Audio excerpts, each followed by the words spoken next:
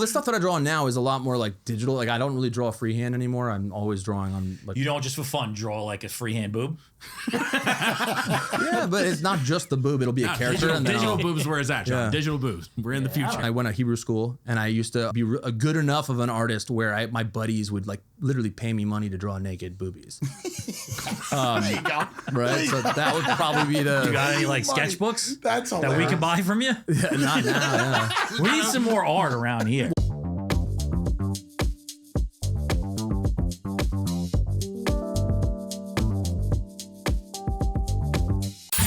John, this is Morgan. How we doing, Morgan? John, nice to meet you. Nice to meet you, Morgan. Kurt. If we get one more fucking fit guy in here, I'm quitting. I'm not even fit anymore. Quitting. I was fit.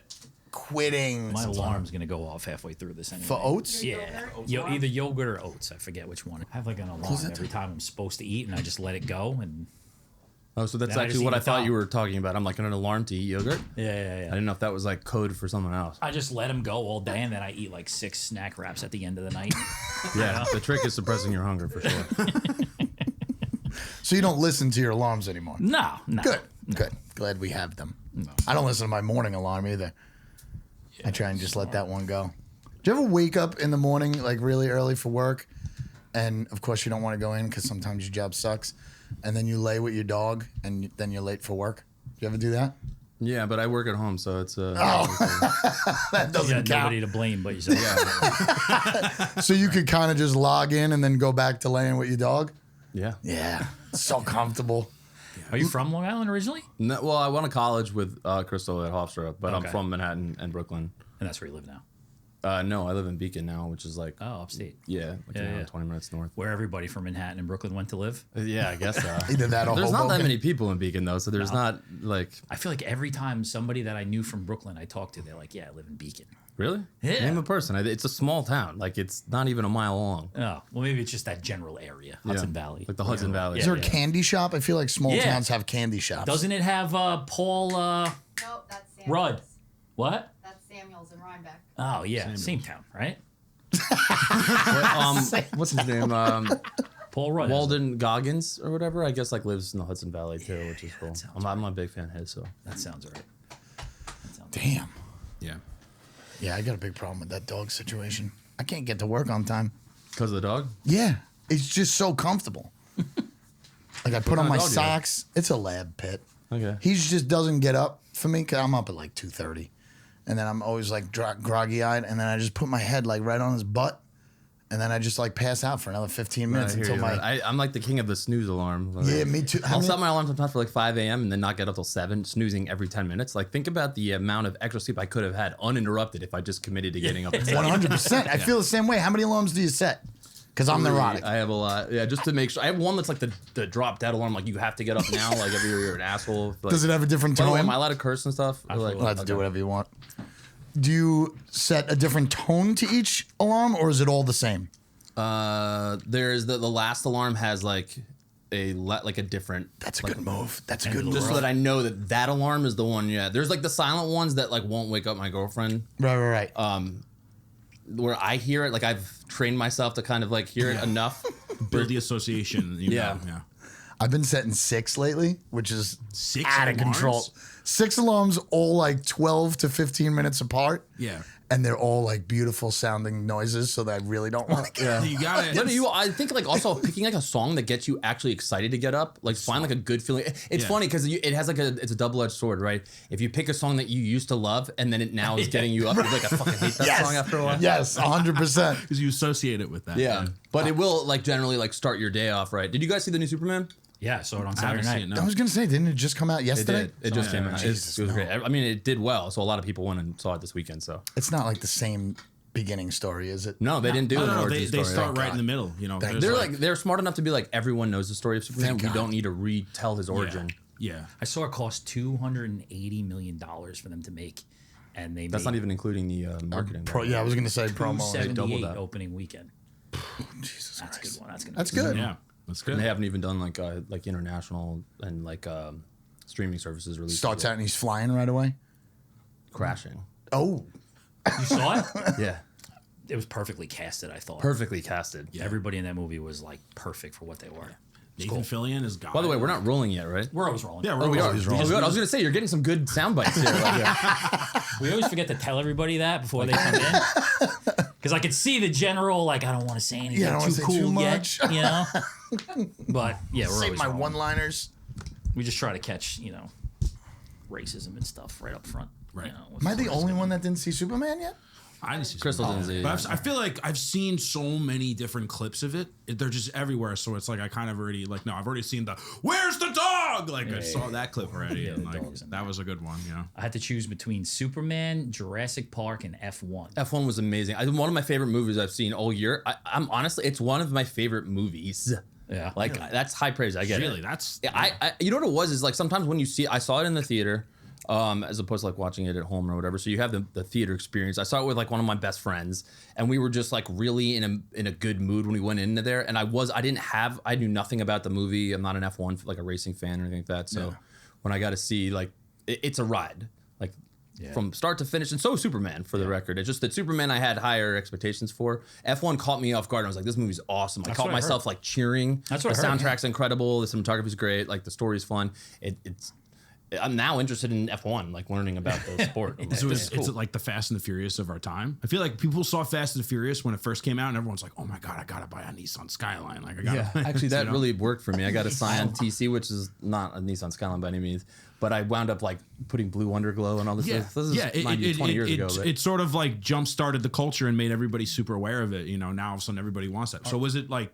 Do you feel like it I has think that this effect? is more, in my opinion, more like what probably, and Top Gun was like, I was a kid when that happened. Yeah. But I feel like this probably will have more an effect of like a Top Gun on flying and want people wanting to be like pilots than necessarily wanting to street race. I don't know. Yeah. I was going to say you can't buy an F1 car and drive it around the street like you can the Fast and the I just Furious didn't realize. So this is the thing I never knew about F1, right? So NASCAR, there's tons of different like cars and whatever. Like Toyotas, and then all the regular cars make it. There's and teams and such like that and races and whatever. This F1 has 10 total teams, okay, in the entire sport, which is global, mind you. Wow. And of those 10 teams, there's 2 drivers per team. So that's 20 drivers, athletes, right? Wow. Players in the entire league. I didn't realize Think about how like That's crazy. yeah, like how good you have to be to do that. And it's pretty neat too because like the teams work together. So like you're not really competing against your partner. You're like on the same team. Yeah. Shake and bake. Yeah, pretty much. Yeah. like drafting and stuff. Like they let them like Yeah, they do. But slingshot them. Yeah, they do the drafting thing with like get behind my Airstream or Jetstream, whatever it's called, Yeah. and then you can like slingshot out of that. Now, But I'm sorry. Are they all old? Are they older drivers or are they no, all one of young? the so like what's the main premise of like the movie is it's Brad Pitt is this American that like early in his career he was like an aspiring F1 driver, got into a really bad crash and left the sport, and then sort of like was a drifter going to different kinds of racing around the world. So he keeps every time he gets to the top he wins. So he like wins a NASCAR race of Daytona, and now he's out. And then he gets called back to like, and he's in like the the twilight years of his career now. He's like way too old to be like a normal, like considered like. He's way past his prime, and he's kind of a never was, not even a has been to some people, especially in the world of like F1.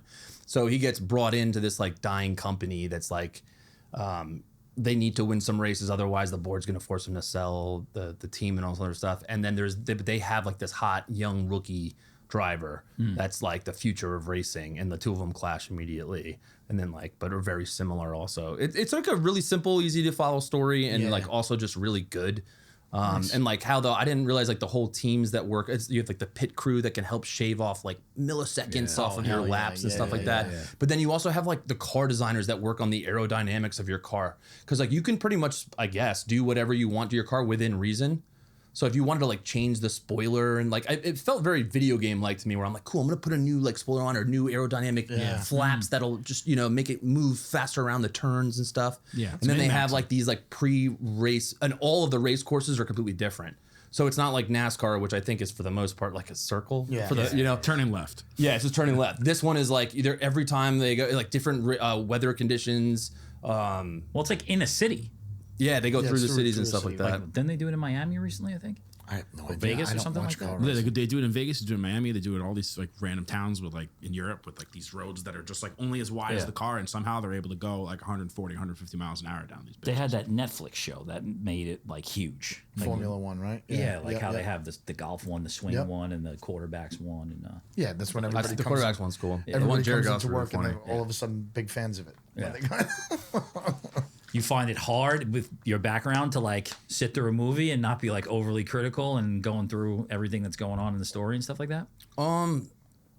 More so. I mean, I'm not. I go to movie theaters to enjoy movies. I don't go there to critique them. That's generally like I want to be entertained. I write a lot.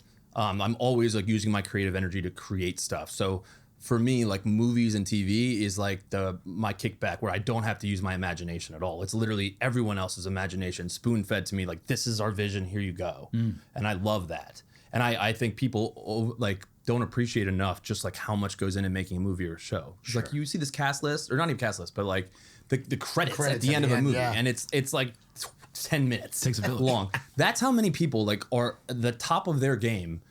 Like that's their career and their job, and they were hired to do a very specific function for that. When I write a story, I mean, I wouldn't say that I'm always writing by myself because I have co-writers, but I also have like my core creative team that I'm always using as a sounding board because I rarely just, will write something without asking my brother, my best friend, or some other creative partners that that I have. Like, what do you think of this so far? Like from the general pitch to like an actual passage to like here's the whole finished thing. But when it comes to like a movie or a TV show, there's so much that goes into that. From like sometimes I'll always find something I like. Like I love the soundtrack, or the cinematography is great, but the acting sucked, or like the writing was garbage, but the directing was actually pretty cool and had some cool creative choices in there. So I always try to find something that I like in a movie. That's not to say that I'll see a movie and be like that was trash. Plenty of those, but you still respect what goes into Yeah, making it. absolutely. Yeah, absolutely. The collaborator thing is interesting because that's got to be like a high level of trust. Like you got to value their opinion and. You're saying for the movie? For you, you me? were saying, yeah. Like, Yeah, well, so I have like a very tight knit circle Yeah. of people. Like I'm not, I forgot who was that gave me this advice, but it was pretty much like don't seek advice from don't seek criticism from someone you'd never asked for advice from, or like, right? So it's like don't worry about like what my mom might think of something because she's gonna bronze my poop, right? Like no matter what it is, she's like, yeah, great job, honey, you're doing amazing. That's what you get most of the time though when you put yourself out there, like creatively, somebody or that's like a friend. Yeah, or- exactly. It doesn't They're like, help you. yeah, it's great. You know, it's like, no, tell me what's wrong with it. Right. You know? Give me a Tell me couple what's things wrong. you didn't like about it. Yeah. But it's interesting. So I had this. You probably remember this, Crystal. Treadwater was like my firstborn IP like story, right? Series, and it started as a graphic novel. And originally it was an acronym TRDWTR, right, which stands for Treadwater. But if you had never heard the words Treadwater spoken, you just read TRDWTR, Turdwater. And I didn't pick up on this. And one of my buddies that this old friend of mine that I hadn't spoken with in a while, like hit me up on Facebook. He's like, yo, man, I saw you're making a comic book or whatever. That's awesome. By the way, like you might want to rethink the title. And this is like the first words the dude said to me like in a long time. And I was like, why? And then he was like, well, I'm just saying like turd water. And I was like, no one's going to think that. And then when the first initial like book went out and people were just reading it, they're like, if you can get, literally a review said, if you can get around the shitty name, it's actually a pretty good series. Wow. And so we had to rebrand it. And like, we're like, okay, screw the whole, and it stood for technological research and development working toward a resolution. Really cool, cutting edge. I was like getting too ahead of him, like trying to be too too smart. Way too smart. just like simplify it. Just tread water. You probably still get people to pick it up just if it said turd water. You know? The wrong people picked it up because it was turd water. People like to hate on things, but at the end of the day, so long as they're talking about it, like for me, my biggest issue as like a creative is like marketing my own stuff. Like we have everyone that usually sees our stuff goes, holy shit, bro, this is dope. Like how do I not know this? And then I'm like, because I either stink at advertising or like really just putting it out there. It's hard, it's being able to market your own stuff. It's like there's so much work that goes into creating something, and then like being able to push it forward and get it distributed and get eyes on it is like it's this whole other department, to be able to push it forward and make it happen. But it's like, so I've done comics and launched original series both independently, like through Dark Rose Studios, which is my company, as well as like partnering with publishers like Massive Publishing or Heavy Metal or Dark Horse. And even still, like the sales are like pretty much the same between when I do it versus when they do it. It's the difference is I have to spend a lot more money and effort because like you stick like a Dark Horse logo on my book, and I think like other retailers and comic book stores would be like, yeah, I'll carry that on my shelves. Yeah. I don't need to make like the personal phone calls or like try to get pre-sales ahead of time. But at the end of the day, like it still winds up being the ultimate like same number.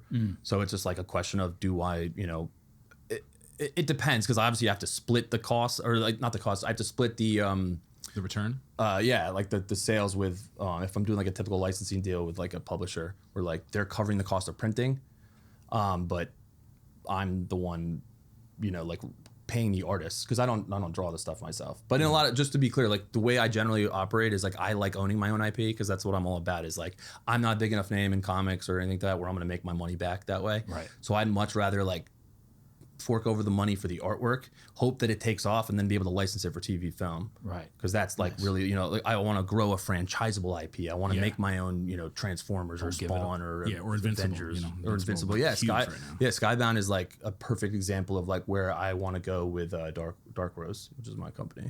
What have you seen? You said you've seen everything kind of like different angles of it. Like what has worked in putting things out, like and all the different things you put out. Like what's made a difference the most?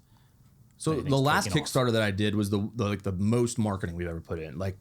So I've done a few Kickstarters, but the last one we did for Winds of Numera, the board game. So I did a Winds of Numera graphic novel, which is I have here if you want me to show it off. But it started as a graphic novel, and then we wound up deciding we're gonna turn this into a board game, because people were like hitting us up on our website and like finding our email and Instagram, being like, "This needs to be a game. Can you make it a video game or a board game?"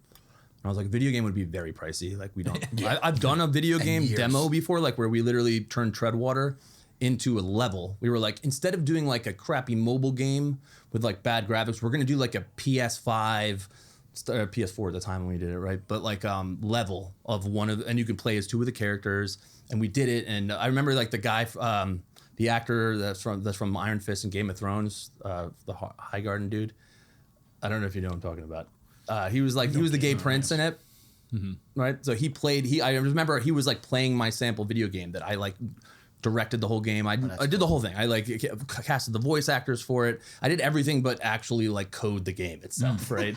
And he was playing. I didn't realize it was him when he was like playing with it. I'm like, "You're doing it all wrong. Give me the remote." And I took it from his hand. I'm like, "Watch."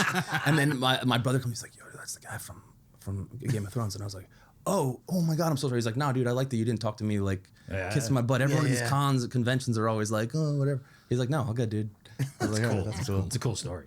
I forgot your initial question though. It definitely wasn't about Like what works in the promoting. Oh of yeah, these so things, I was going with the whole Kickstarter thing. So for the last one we did, we raised $150,000 in 30 days. That's a lot, like for us. But we also spent like $60,000 in marketing just to get the 150. Yeah, just so like and what we did is we had this like pre-marketing campaign where we went out where there's like all like social media ads and stuff that showed the game, had little videos and stuff like that we had hired production companies to make, and other influencers in the space, like board game influencers that like play them and talk about them, like make little videos and review it. And then we made sure we got their permission to pretty much use their content in ads. And then we put some marketing dollars behind that. And then they all linked to like a $1 reservation will get you like what we use this company called Launchboom, which is actually awesome, by the way.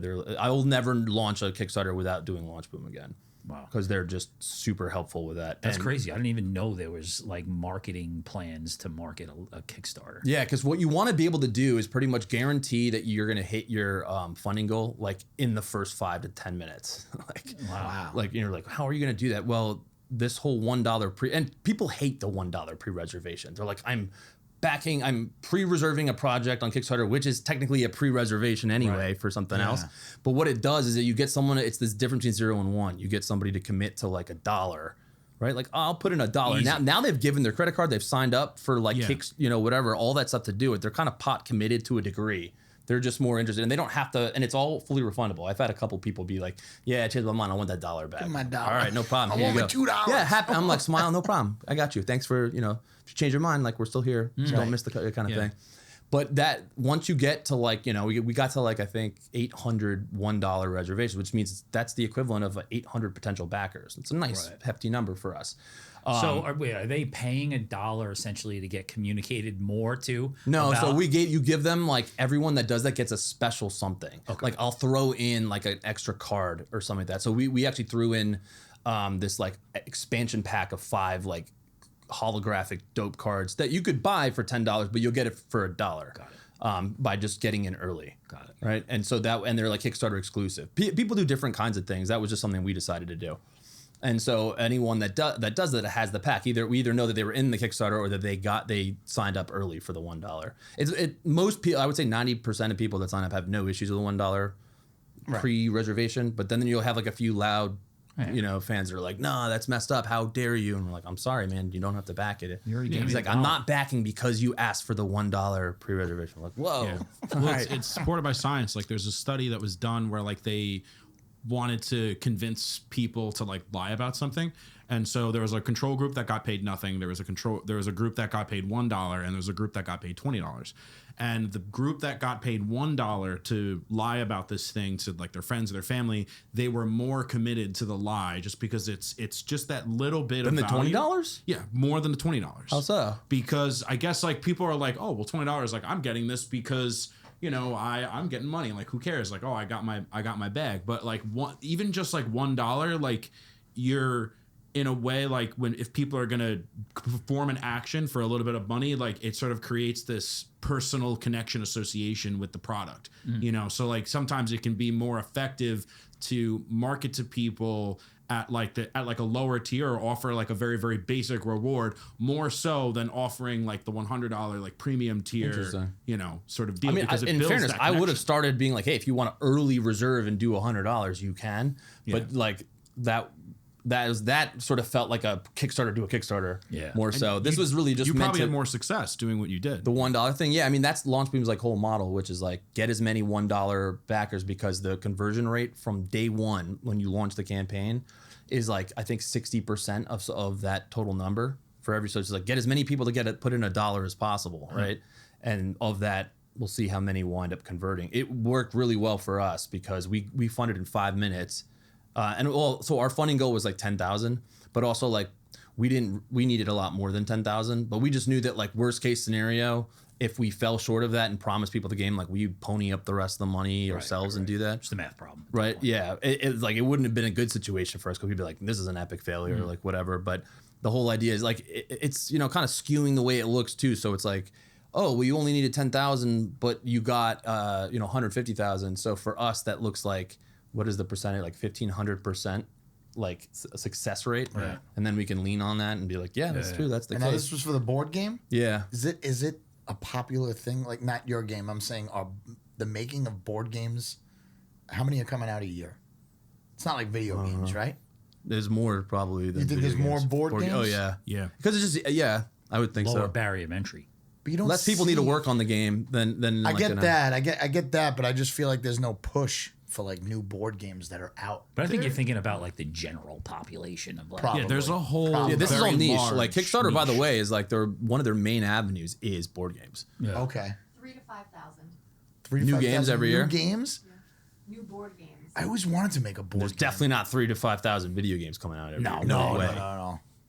I always wanted to make a board game. You want We to see it? It's should. pretty cool, actually. Yeah, Yeah. I'd love to I see. I actually That's looked like at it. There's a We should try to Lock 'em play up. every new board game. That we make a podcast. of that's that. amazing. Yeah. Yeah, it'd be a cool podcast. I wanted to make a board game called You've Been Schnatzed, right? So like at the end of everything, like something just goes wrong, and you have to go back to start, and you just continuously have to go back to start. It should just be you've been blank, and then everyone gets to write their own Their own last name. Last name. then.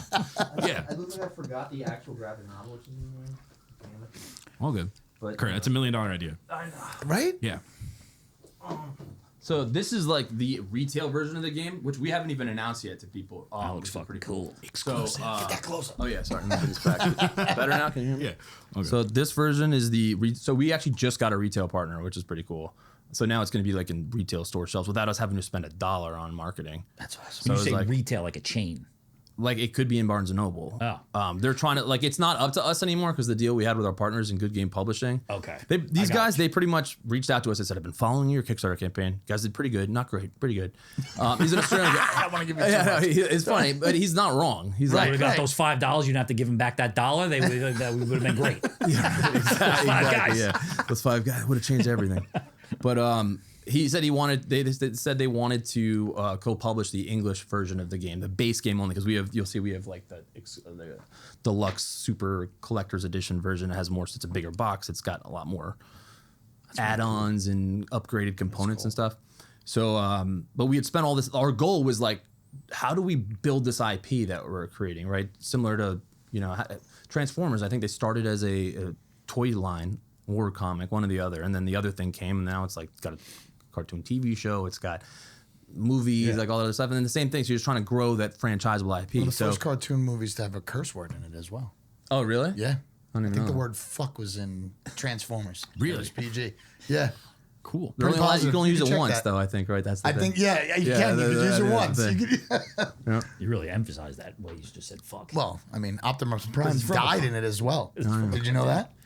That's really cool. How is it expensive to like make your own board game? I can imagine. Depends on the game, I'm sure. So like we knew nothing about board games, and like but we're good at making stuff look good, Right. And like story wise, I mean that's my bread and butter. But it's also like dressing things up. Like I like to think my team has like a really good creative eye. We have clear vision for what we're going to, and we're good at executing that vision. So the first time we made the original version of the game itself doesn't look too different, but from when we started it like 6 years ago, but it was bad. We didn't even know it was bad. I don't play enough board games. And people are like, well, you made a board game, you don't play board games? Like, no, I don't even read a lot, and I'm a writer. So that's also something that I have an insecurity about. But like, I don't know. I trusted my gut on this. So I created a game that I just wanted to have a board game when it started. I was like, I just wanted playable. I didn't really care if it was going to be great or not. I just wanted something that was passable. I wanted it to be great, but it wasn't like if it's not great, that's going to. So then we brought it to some conventions, kind of like tested with some people, and they're like, hey, it looks good. And we're like, well, how does it play? And they're like, well, Right. I'm like, be honest. And they're like, it's kind of crap. And I was like, okay, so what's wrong with that? I'm pretty good with listening from the right people, right? If I feel like they're an expert, I say, why? Okay, help me understand what makes a good game. So then we kind of went back to work from ground one. We started hiring some other like game consultants. That's what I was going to say. Right. While you were talking about that whole thing, all I could think about was Elf. You know how like he writes a children's book in that one, and Peter Dinklage comes in, and he's like the consultant. That's why I was like, there's got to be. Yeah, so we brought on a consultant, That's like what I a thought. It consulting had to be. team, right? Yeah. I was working at Heavy Metal at the time, I think, right when we were getting ready to like. I'm sorry, but this is from a story that you wrote, right? So you already had the story. Yeah, we had we have all the characters. I had the world, the lore, all of it. Yeah. So now it was like, how do I make it like an experience, playable, and fun? So it's very similar to like Game of Thrones in that there's a bunch of different like houses or kingdoms all kind of competing for supremacy. And you finished the story, so that would be different from Game of Thrones too, right? No, we didn't finish it yet. I mean, like, so I finished. But it's going to continue. I wanted to. Right, well, so like that's a whole nother. Don't get fat or die before it's over. Or be George Orwell. So we planned out the whole trilogy. So making a graphic novel, like because we funded it ourselves, we went for like the top artists, right? With like work for Marvel and stuff like that. So it cost us $80,000 to make the graphic novel. We did not make that much money back off of sales, especially having to split it with Dark Horse. Right. Stay on the video game. Stay on sorry, the Jesus Jesus Christ. Apologize. No, all good. I'll go off. So the consultant helped you make it more playable. Yep. And so we brought it to this company called Offcut Games, and this guy Patrick Brennan, and awesome dude. And he read he did all of his homework, like just read the whole thing. And he was a mutual friend of someone that I worked with, this guy Ari. And so they were in the gaming space. They loved our graphic novel. Like the story's epic and awesome. Here's what I think you need to do for your game. And they kind of like redesigned the whole structure. And I was like, oh, that's cool. That's great. Like we had stats for heroes and good and original artwork for each one, but we didn't have anything that made them unique outside of like their attack stat, their defense stat, and their health. And then he's like, you should give each of them like a special ability, like only they can do this in the game. Boom. And I was like, that's cool as hell. And then he's like, and on top of that, you should come up with like a skill tree or like you see in video games where you can like go through and unlock more abilities for your kingdom, and every kingdom plays differently. I'm like, yeah, that's cool as hell. And then he came up with some cool ideas for, and not just him, but him and his team, for like what those should be based on how he read about, because he's like, your world was so rich and it was so easy to understand what each kingdom was good at. He just started coming out. He's like, they should have this ability. These guys should have this ability. And so you can play as 4 different kingdoms, hence like the 4 different slots or whatever. And each one of them plays completely different. They all come with like 3 heroes or monarchs. And it's like a royal family that you can decide as the player, like what order it's called the line of succession. So you set your line of succession. Like, all right, you're going to be the first up. If you die, you take the throne, and if you die, you get the throne. Right. And each one has their own abilities, and if they come into the game later, they influence the game differently. So you can, like, by switching the order of how you play it and assign it, it also changes the game structure. And then on top of that, each kingdom that you play as, like, these guys are really good at fighting and attacking, but shitty at defending. These guys are good at conquering lands. These guys are sort of like the jack of all trades, a little bit good at everything, and these guys are awesome at making money and building. Stuff like that. And there's 4 different ways to win, and it's a race. The first kingdom or player to hit any 2 of those 4 wins the game. And you can see like what everyone else is doing on the board as they go, because you're just kind of collecting 4 cards. people who want to be those specific places. You can right? play. I mean, you can play it as, so it says it's 3 or 4 players. So you can play it as 3. You honestly can play it as 2. But it's just better. Have 2 kingdoms. Yeah, like going like yeah, you could. I mean, if somebody wanted to do that too, but then it's like yeah, I mean that's probably less so. But I'm saying it's more like you don't have to play with all 4. Got it. Because the victory conditions are still available to like other like to everyone, even if and each one's like better at winning one of the 4, but you can actually win by achieving like not your preferred or not your the one you're favored to get. Right, so like you can win as a conqueror by like just literally it's like risk or not risk like risk. I guess, like getting the most lands and stuff like that in places that are like strongholds and territories. You can kill other heroes in like one-on-one duels and battles, and you get like dope armor and equipment that you can like soup up your heroes with. It's also like probably the best artwork I've ever seen in a game, and I'm saying that like unbiasedly. I mean, I guess I am biased because but I mean, like I hired the artist, so I chose, you know what I mean, like the artist that you can't say unbiasedly. That Just gotta sounds be very so biased. cool. yeah, no, I mean, You made those characters. well, in fairness, like that's also been like the main feedback that everyone says is like maybe the best. That's been like the one review that everyone says like best looking game I've ever seen. That's cool. Up there. I can't stop thinking how hard it must be to market something like that, though. Like how it is to get that. So I had out to like there. learn about like the different kinds of games. Like this is an engine building / kingdom building RPG. People love that shit. Game. Like I'm like, what's an engine builder at first? Now I know it like the back of my hand because I've had 6 years to like learn about it and get educated. So we were talking about consultants. So that was just one guy, right? Sure. So this was like three years ago. 3 to 4 years ago, when we were like, okay, now we've completed with this consultant. The game has been redone. We're ready to go back out. My brother says, before we go out, let's get a second opinion from another consultant, just like a polish check kind of a thing, right? But like no real changes. So we went to like a European company because we wanted the game to be global and not just American based. And there's like this whole like American version of games and then Euro. Anyway, this other company called Kickstarter, nothing to do with Kickstarter. They played our game and were like, nah. And we were like, what? Ah, man. We were like, wait, what? Why? like, And then they broke credit. it down for us. We said, like, you know, we want something. They're like, your game and the way you talk, your whole world, the way you set it up sounds complex and like intricate, and it's still way too simple. It's like, he's like, my friends would never play this game. Or we would play it and we would be pissed because we would see the box, hear the whole appeal about this world, and be like, dude, you're like, you missed out on all this other stuff. It's got to live up to the graphic and the He story. goes, your game is Crazy. okay. I'm like, okay. And we're like, all right. But at this point, we had spent so much money and time, you know, Getting it to there. getting it. Yeah, well, just getting it to like now I needed it to be not only okay, I wanted it to be great. So we talked with them and said, okay, well, what would you do? What would a game plan look like for you to get it over the edge? Also, if you're going to be doing this with us, if we're going to bring you on, I need you and Patrick and his team to be in sync and agree with that. So I got the feedback from Gabor. And I need $1. Yeah, exactly. $1. So we got feedback from this one guy in Hungary, right, and his team, and then I brought that feedback, kind of like opened up this like group chat. You They know, must have not loved that. Huh? 2 consultants kind of going at He it. didn't at first, but he agreed with everything Gabor was saying.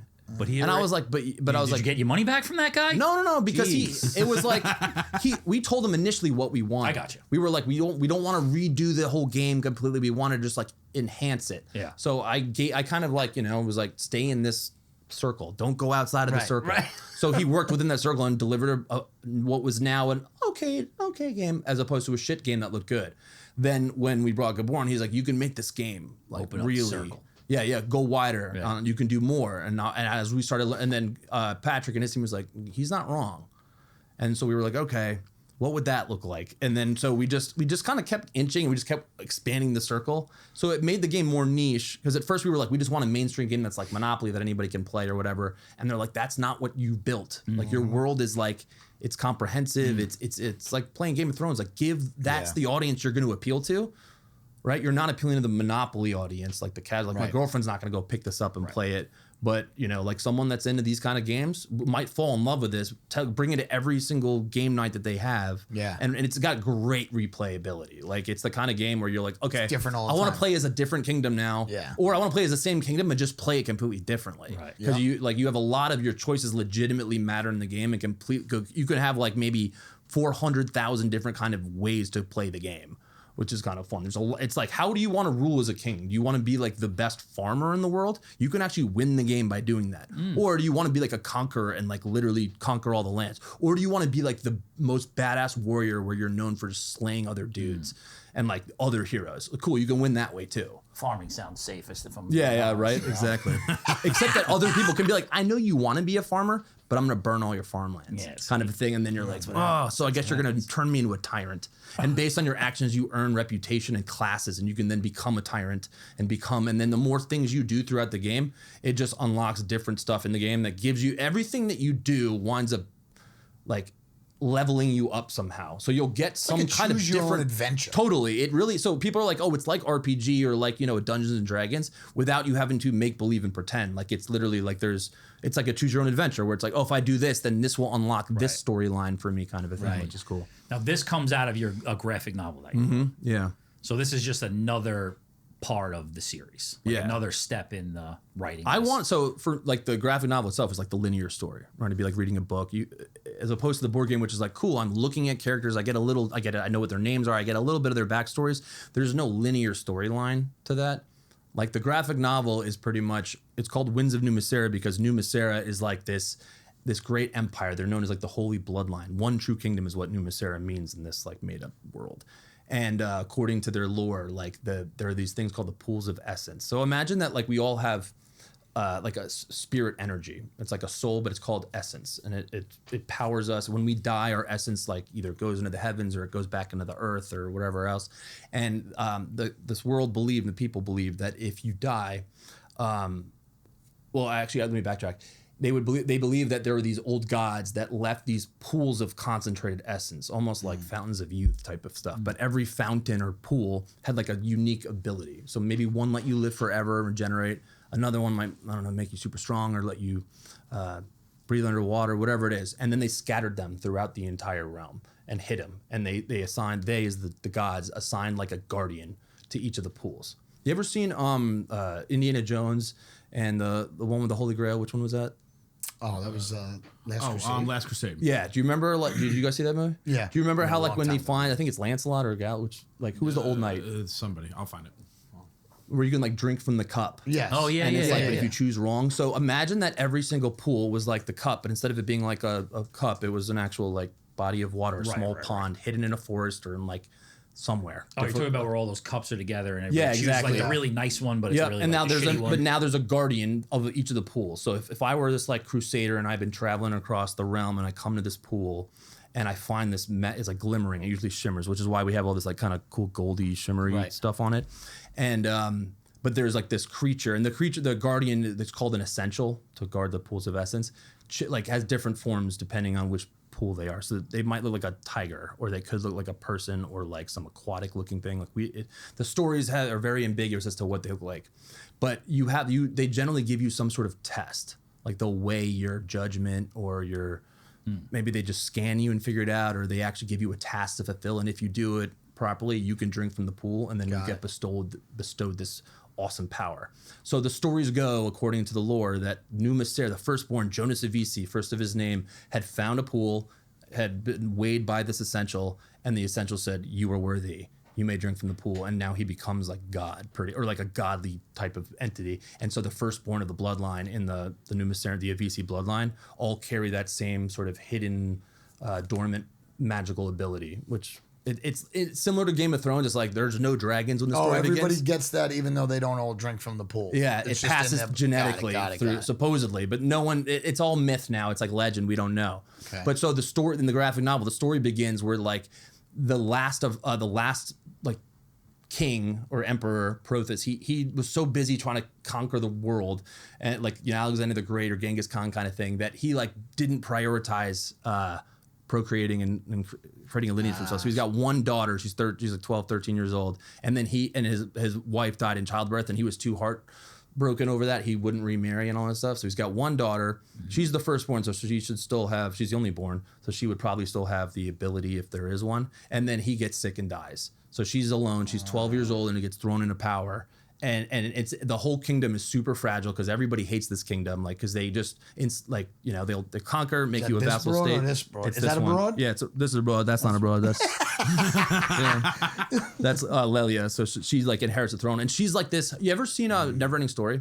Sure. Yeah, hell yeah. So do you remember the childlike empress? Yes. Yeah. So when my brother and I and my best friend Johnny, the three of us are like the core three of Dark Rose.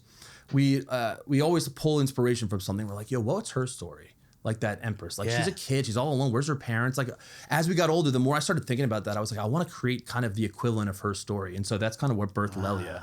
So Lelia is like this 12-year-old girl that's the empress. She's got all the power in the world. She's like almost like holy, but she doesn't show any emotion. She's always proper. Yeah. And she's got this council of advisors that all like try and steer her. Yeah, you have to be. Remember, show no weakness at all. You need to be strong. The people they practice her cadence and how she projects herself to people.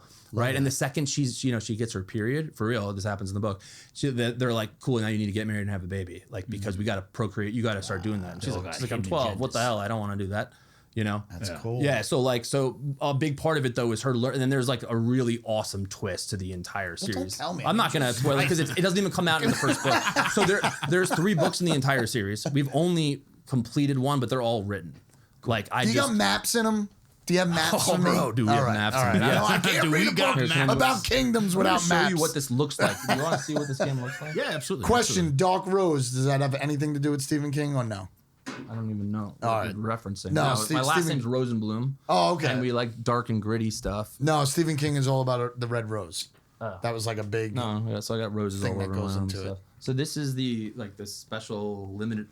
This is the special limited edition like poster that's double sided. So one side's the map, and then the other side is like Characters. Nice. yeah, like all the characters that are all in the game. Cool. Right. It's cool. This is what's called the quick sheet, which is just We got back in a game now. This isn't. This is just the game. Yeah. Okay. This is. But again, the game is. So see every this. single one of these. That looks so intense. These are the kingdom mats. So you play as like Yeah, a I kingdom. saw somebody playing it online with a little that's marker. sort of like and- the Yeah. kingdom, and that sort of tells you all the details Yeah, about. so they're we all would unique. definitely need Rob to like be the boss of this game if we Yeah. played It's it. not complicated Like, though, actually. you And not only that, but You say that. Damn. Jesse no, it's doesn't really even know not how that to read. complicated. And it also like once I could walk you through it in a turn. You're like, oh, I get it. And it's also written like it tells you what to do on the board. You're like, cool, looks- just go through it. Is that my kingdom that I picked? That's Yeah, my this book? is your kingdom. Everyone has their own. Let me So see my there's kingdom. Sorry.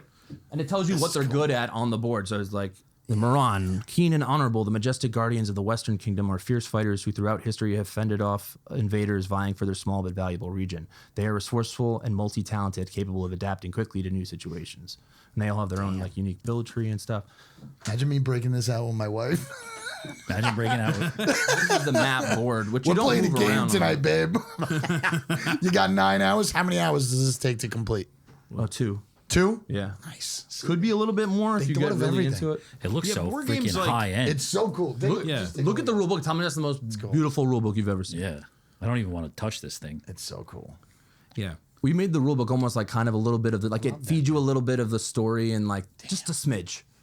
Yeah, you gotta start the story. Oh shit! Look at those little. Dude, look at men. this dice. So everything is like that. There's floating skulls in that dice with blood. Like we told the people, the manufacturers were like, we want to have.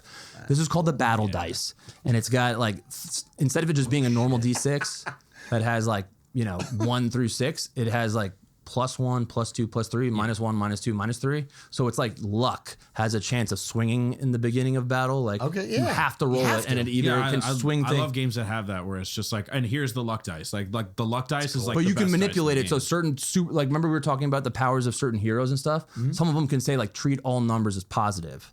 Oh, interesting. So now it really messes with your You're luck because now you can go. doing luck. Yeah, You're always getting good luck. or the other one might affect someone else's roll and stuff like that. So there's other cool little things you can do. One of them gives you like another re-roll, but you have to take the second number. So let's just say you got a you got like a 1, but you're like, oh, I really wanted that +3. Right. And then you're like, but I'll use my power to re-roll the dice, and you get like a -3. So it's like, Cool. you know, That's awesome.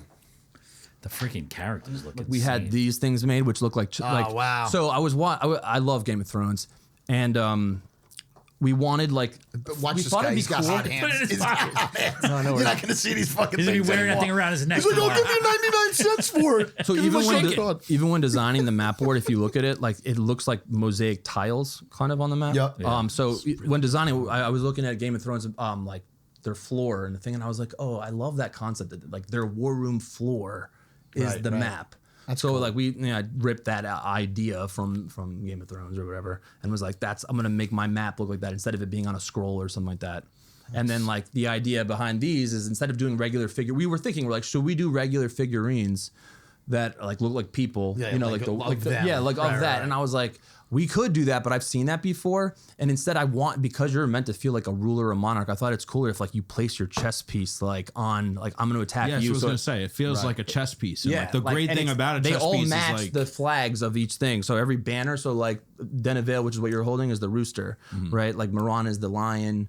And that's kind of like a risk aspect of it too. When you first saw your characters that you made, how did that make you feel? Because I feel like that's amazing. Oh yeah, that's like my favorite. Like, Character concept artwork is my favorite. So this guy, Philip Cruz, this artist that made all these characters like on the sides and stuff, he's based in Germany. He's my favorite artist. We actually made him a partner in the company. Like Yeah. small percentage because I still paid him through the teeth. Like he is one of the most, if not the most expensive artists I've ever like hired.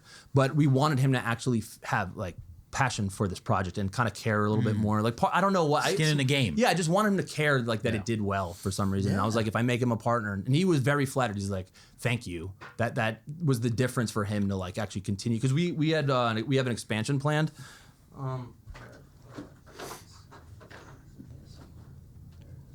Like this artwork, these are the other characters that's coming up next. So we were initially going to put them all into the base game version of it, but then some of the consultants we spoke with were like, no. Save some of that stuff for the expansion. Cool. Yeah. And then you can bring in 2 more kingdoms in the next one with like different, you know, to have people like expand it. And then like more complicated stuff can happen later. But dude, check this out. So this is like the money that we created.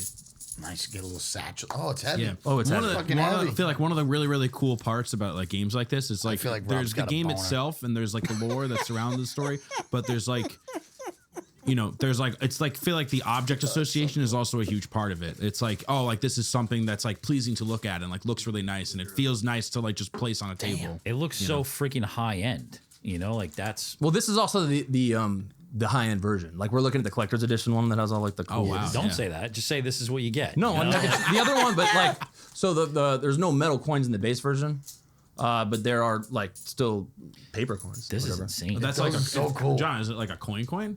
It's like a coin. If you give me $10, I'll let you hold this. No, only $1. Only $1. Yeah, Yo, feel these cards. They're like, this is wild. It's great. If I came out with a board game, it'd be exactly like Monopoly. Well, so I didn't even know. So I was like, oh, really the cool. original version of our game was what's called elimination based, where like the way to win is to knock out your opponent. Right. But I was told they're like, no, that's the worst thing you can do for a game. I'm like, but Yeah, because then Monopoly somebody has to is leave. is a elimination But game. that is the worst part of Monopoly because Yep. you can Someone play. sits there and they're bored out of their Yeah, mind and they want, totally. and then it's just eventually Game's it's just- over. Yep. Nobody wants And to then sit that there person anymore. does not like it. You try and make him the banker, it doesn't always work. You try. Yeah, they're like, nah, I don't want to fucking do that It's anymore. like, no, he was the dumbest. He lost. I don't want him being the banker. He's going to steal something. Yep. Right. But that it's so true because I just started playing with my kids and I was trying to get them into Monopoly.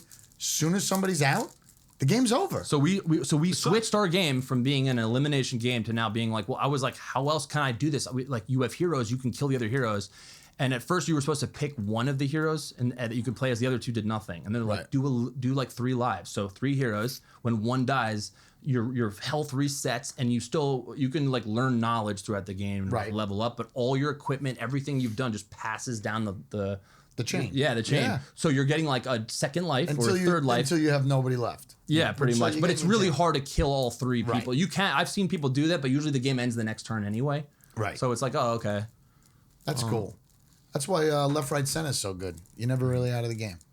I have them left, right, center. Left, right, center. It's a 3 die. You got an L. What? What? I don't know. Well, you didn't hear the beginning of it. We were talking about Monopoly. Shut up, John. You trying to compare this game? Go to the bathroom. No, I am buy not at comparing fucking the game. 7-Eleven. Oh, I hate you guys. Whatever. I'm not going to explain left, right, center then. Fuck it. That's what you always wanted to do. Make games? Never. Never. No, I mean just in general. So none. I didn't even know. Like when I was a kid, I used to draw all the time. And I would just draw I used to draw my own, character. I was always drawing characters. What was the weirdest character you ever drew? Weirdest? Yeah, like Eraser Man. Like, what was the weirdest character you ever drew? I'll ask my dad about that, but I come couldn't on, tell you you. know No, I one. really couldn't tell you. I do remember when I was in Hebrew. This is kind of funny. This feels very like Dave from FX. Okay, yeah. Like where I went to like a Jew camp, like he did in that. Like that hit home for me. And like I definitely and I went to Hebrew school, and I used to be a good enough of an artist where my buddies would like literally pay me money to draw naked boobies.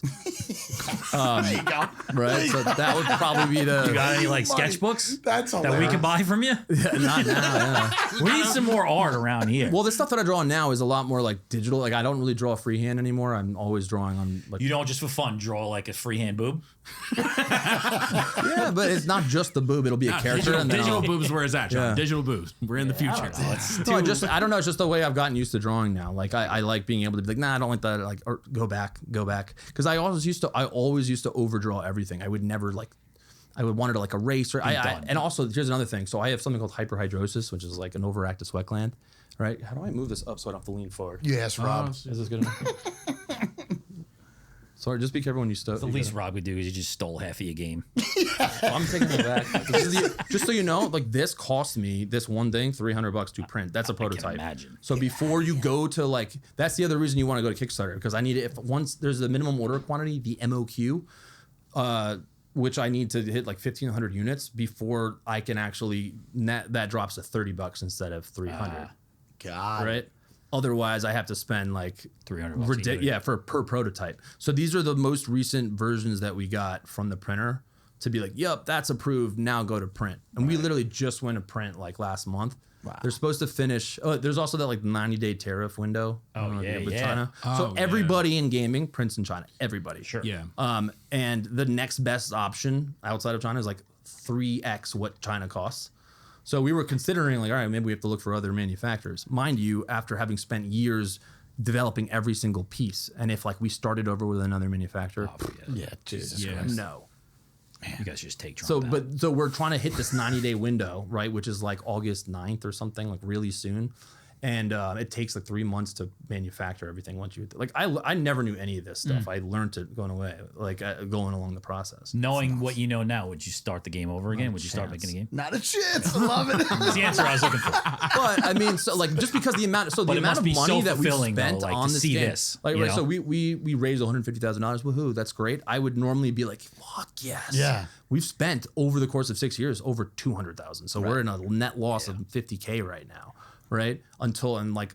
Do I like admitting that? No, but like I also believe that this game is fucking awesome. Well, it helps that, and you're all in. You know. Yeah, and I think the thing is like no one's like we've beta tested it like crazy, but nobody's played this version of the game. Like, Yeah. Especially because once these guys, the good games. So remember, I was telling you, okay, we were ready to go 6 years ago, or whatever, or however long ago.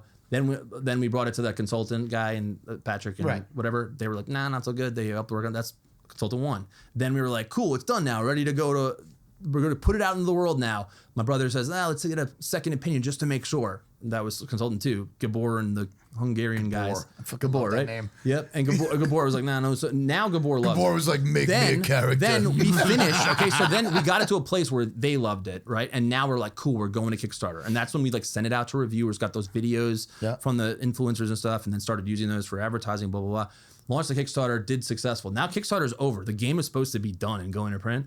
Right as we were about to go to print initially, we got hit with hit up by the publishers that said, saw your Kickstarter, I played your game, I'm interested in being a partner and bringing it to the retail space. We'd cover marketing and printing for the retail version, all this other stuff. Like we might be able to help you get in Barnes and Noble, etc. So we're like, okay. And then he's like, but I have a few little tweaks I want to make to the game. And I'm like, okay, all right, but they got to be small. They were pretty small, but he's a perfectionist, And I like that because I'm a perfectionist too. And we wound up, and Gabor at this point said, you have a good game now. He didn't say at that point, like when we went to Kickstarter, he was like, it's a good game. I feel like I can put my name behind it. Patrick was like, it's a really good game. Like he's down playing it. These guys were like, it's good, but it looks great, but it could be, I still think you can fine tune a little bit more. So we spent another like 3 to 6 months just tweaking even further to now we're the point where Gabor, Patrick, and the publisher and Kim are like, dude, this game is great now. Like it is one of the best games I played, period. That's the true measure, you know. It's like, are you able to show this to people, and like not just that, like they're like, oh yeah, I'll help you with this, or like, oh, this is good, or oh, this is great, or oh, I really like this, but they're like sucked in to like what you're creating and like what you're putting forth. Like that means you're finding your stride and you're going in the right direction when like other people are bringing you up with you. You know, yeah. And it's funny too because I've had, I mean, like, there's a lot of people close to my life that have like, you spent enough time and money on this game. It's like time to let it go and move on. And I'm like, well, it's out. Now it's like we hit the print button, so it's out of my hands. So now it's what will be, will be. You do have to do that. Huh? You do have to do that. We have a boss that doesn't know how to put a period on anything. So you have to be able to say that this is the best game that I made right now. Yeah, because I look back on everything that I've written. Like I hate Treadwater when I read it. I like conceptually and the characters. I'm like, you think it's Turdwater? Yeah, it's Treadwater. No, it's just that like when I was just starting. This was over like 15 years ago. I feel like when I started writing Treadwater, and so that was when I was starting as a writer. It was my first thing I ever wrote. All of my characters look cool and have cool things about them, but they're very archetypal or stereotypical. Like, yeah, plain. I mean, I don't compare now. Like, I break I'm like, I do the opposite of what's expected with my characters and things like that. Like, I don't even want to get into it because it kind of makes me feel like, oh, like. But my creative partner on it, Nat, who feels the same way. Like when he came on, like now when we re-looked at it, almost 2 decades later, we were like, oh, we would rebrand it, reimagine it. Same overall premise, and it's kind of like The Dark Knight meets Homeland, but told in the narrative style of Lost. So it's like, imagine instead of Batman or Bruce Wayne becoming Batman, he's old and he's like kind of a pussy, but he's smart as fuck and got tons of money. Right. He's like, I'm actually gonna recruit my crazy people to be my Batman, kind of a thing. But instead of using money to pay them, he like finds some trauma within each of them and is like, oh, your daughter's in the hospital because and she's in like some coma that all the doctors are saying you should like pull the plug and give up on her. Well, I run the world's biggest medical conglomerate in the whole world, and I beg to differ. Come work for me. Just sign this little blank check, and I influence. Put on the Robin kind suit of thing. And become Robin. Yeah, exactly. And he does that. He does that with like everyone in the program, and so like that concept is cool. And so I said it was like Lost or Orange is the New Black. Every episode or chapter, you get a little piece of the backstory of the operative who's like in the program. And so like that as a structure, I'm like, I still love that. That's cool. amazing. I would watch that. Love That's that. an easy pitch and sounds cool. But the characters in the story there need to like reflect. Like and not be like, oh, the black Jamaican guy that likes to smoke pot, like that's very, right. or like the Asian martial artist, like. That's where you were though when you were writing that though, so you really can't, you know what I'm saying? Like you've grown to be much better than you were, and that's how it's supposed to go. Like I think I like that growth period actually. I look at shit back in the day that I wrote in college, and I'm like, that was garbage. But then you look at Good Will Hunting, and you're like, Matt Damon and Ben Affleck actually delivered a banger. Yeah, but I mean, that shit's still doesn't always happen. It doesn't. No, but I saw this guy like on TikTok like breaking down like how bad actually Good Will Hunting is when you think about it. Right. Whereas like, oh, so he's like talking about Matt Damon's character. He's like, so we're gonna get this really good looking dude that's like a badass and he can fight, but he's smarter than everybody. Yeah, like everybody in the world. In the whole world. He's gonna get this hot chick. Yeah, exactly. But he goes to like a bar, but he's got problems. Though. Yeah, exactly. And his biggest problem is that he doesn't want to take the well-paying job. He'd rather, and his buddy has to convince him. And when you break it down, you're like, oh yeah, well that does make sense. Yeah. Wait, back to it. How'd you get from drawing boobs to writing a graphic novel? So I was coming out of Better than college. drawing dicks, by the way. Like I was gonna say, like what was you that definitely movie? had a Probably make the character same with money like though. Probably make the same money. dicks' arms or something. So I coming out of college, I didn't really know what I wanted to do. I thought I wanted to work in advertising. I didn't know at the time that like you actually in this world, in this modern era, you can do whatever you want. Like you could just literally do this and just talk about shit you like and make a living off of that. And it takes a while and it's not easy to do, but like that is an actual career path. You could become a rapper. Like I genuinely believe that. Now it's very difficult. Well, but that's you just said the main thing that is the difference between people who actually do things and don't do things is it's not easy to do. Oh, it's not at all. And everybody thinks it is, and then they give up. But I didn't even you know, clearly didn't. regardless of it being easy, I didn't realize that it's actually a possibility. Like until I was like, I don't know, maybe 30, something like that. So coming out of college, I was like, I like being creative, but like I never wanted to make commercials. But I'm like, oh, I could work for an ad agency, like being a creative director or something like that, and coming up with cool little like, you know, if you were to say as a kid to me, and like, I feel like my parents did say this, I just didn't really believe it, which was like, you can just write your own comic books and literally just draw and come up with your own characters. There is a job that's called a character concept artist. That's where you just draw characters, and a movie. If you get good enough, movies will pay you 6 figures to do that for Game of Thrones or Superman. You know, there's so many things that if you just get good enough, and not just being talented, but like staying with it and talking. There's a lot of it is luck or whatever. Getting better at it. So anyway, to answer your question, like I was coming out of college, I was like a personal trainer, and but that's not even what I want to do. That was just like helping me kind of make ends meet a little bit. And then I started working as like a sales rep for the New York Jets, like cold calling. Ticket sales? Yeah. Season tickets? PSLs. That was Everyone you. hated those. Could he get That his was money me. back? Yeah. I bought them myself, dude. So I mean, I think I paid the deposit and never like got tickets. So I was like, I was on a 15-year plan for PSLs or whatever. I got to like year 12 and then was like, oh, fuck it. I'm not paying that. How old are you? 40. A 40, sweet. I'm 45. If the Steelers do beat the Jets week 1 with Aaron Rodgers, what happens to your soul? I feel like you got to hold off What? on this What? At this question. point, I mean, What? like, I was gonna. What? I knew he Why was am a I- Jets fan, and I was going to Die ask him hard, if dude. he was Like- going to get 8 wins this year at the end, one which we got through all the graphic Listen. novel and gaming stuff. Because this is where this conversation's I going. just want to know how it feels because are you a he's- Steelers fan? Yeah, I'm a Steelers fan. We have another show. Aaron Rodgers is not going to touch the ball until that first snap of that game. Yeah. And if he dares to beat the Jets, that's got to be like soul. I loved Aaron, to be clear. Like I think a lot of Jets fans actually loved Aaron. Like, I think it was 50-50. you know, I feel mean, like he's it was polarizing 50-50. for sure. But like, the Jets players loved him. Yeah, you Like, think so? Oh yeah. They say Garrett Wilson didn't love him or whatever, didn't like him. I don't know Wide about that. receivers are fucking. Yeah, He just they're got all signed though. You saw he signed yeah, a strange yeah. contract though. But I don't know. I mean, I also like, if you ever watched One Jets Drive, which is like their Hard Knocks or. I don't because I'm So like a lot of allergic to the Jets, like the Jets team players definitely liked him a lot. Like he is a good leader. He's he's a little out there. He's so veteran that he can kind of do his own thing. Now he's got a different mindset about how he just looks. I saw his documentary, but that was the year he was hurt, so I wasn't sure if the players were just being nice because he was hurt. Possible. You know I what mean, I mean? he didn't want to get hurt. I mean, everyone knows that. Like, No, I get that, but I mean, he also didn't sign a kid's fucking ball the other day because is he that didn't true? know enough about something. Like, the guy's a mental patient. Yeah, but here's the thing. As a Jets fan, you go so many years, and you're going to see this year, I think, too. I can't wait. This is Right? going to be positive Jets. It's right been this is going to be a positive Like- Jet outtake right now. the quarterback takes the snap, and you just have this immediate panic that like this guy obviously has no fucking idea what he's doing. Right. I'm not saying Aaron Rodgers, but Yeah, like yeah. for 10 to 15 years, that's what I've seen. yeah. And for 2 years, And then for the and then for the quarterbacks to get good when they go elsewhere. Right. Gino, Sam, like Yep. what? And then for 2 years, you get this guy who takes the snap and just like looks like the game is so slow to him. Right. It had been so long, and that's why I love that guy. Right. And you're going to Oh, see so you that like this year. Aaron too, then? I'm a Jets fan, yeah. Yeah. Okay, cool. Yeah, No, same here. Like he had 28 touchdowns and 11 picks last year. We haven't had a quarterback like. I so- think he had a really good year. I think he had a Vinny really good Testaverde year. had, I think, 29 touchdowns and maybe 11 picks. It was like one more touchdown. Right. Like that was the best season we've ever had from a Jet quarterback. Steelers will win the Super Bowl this year. No, they won't. They won't win the Super Bowl, but I'm putting that out there the whole year. by the because way. you're just trying to jinx them.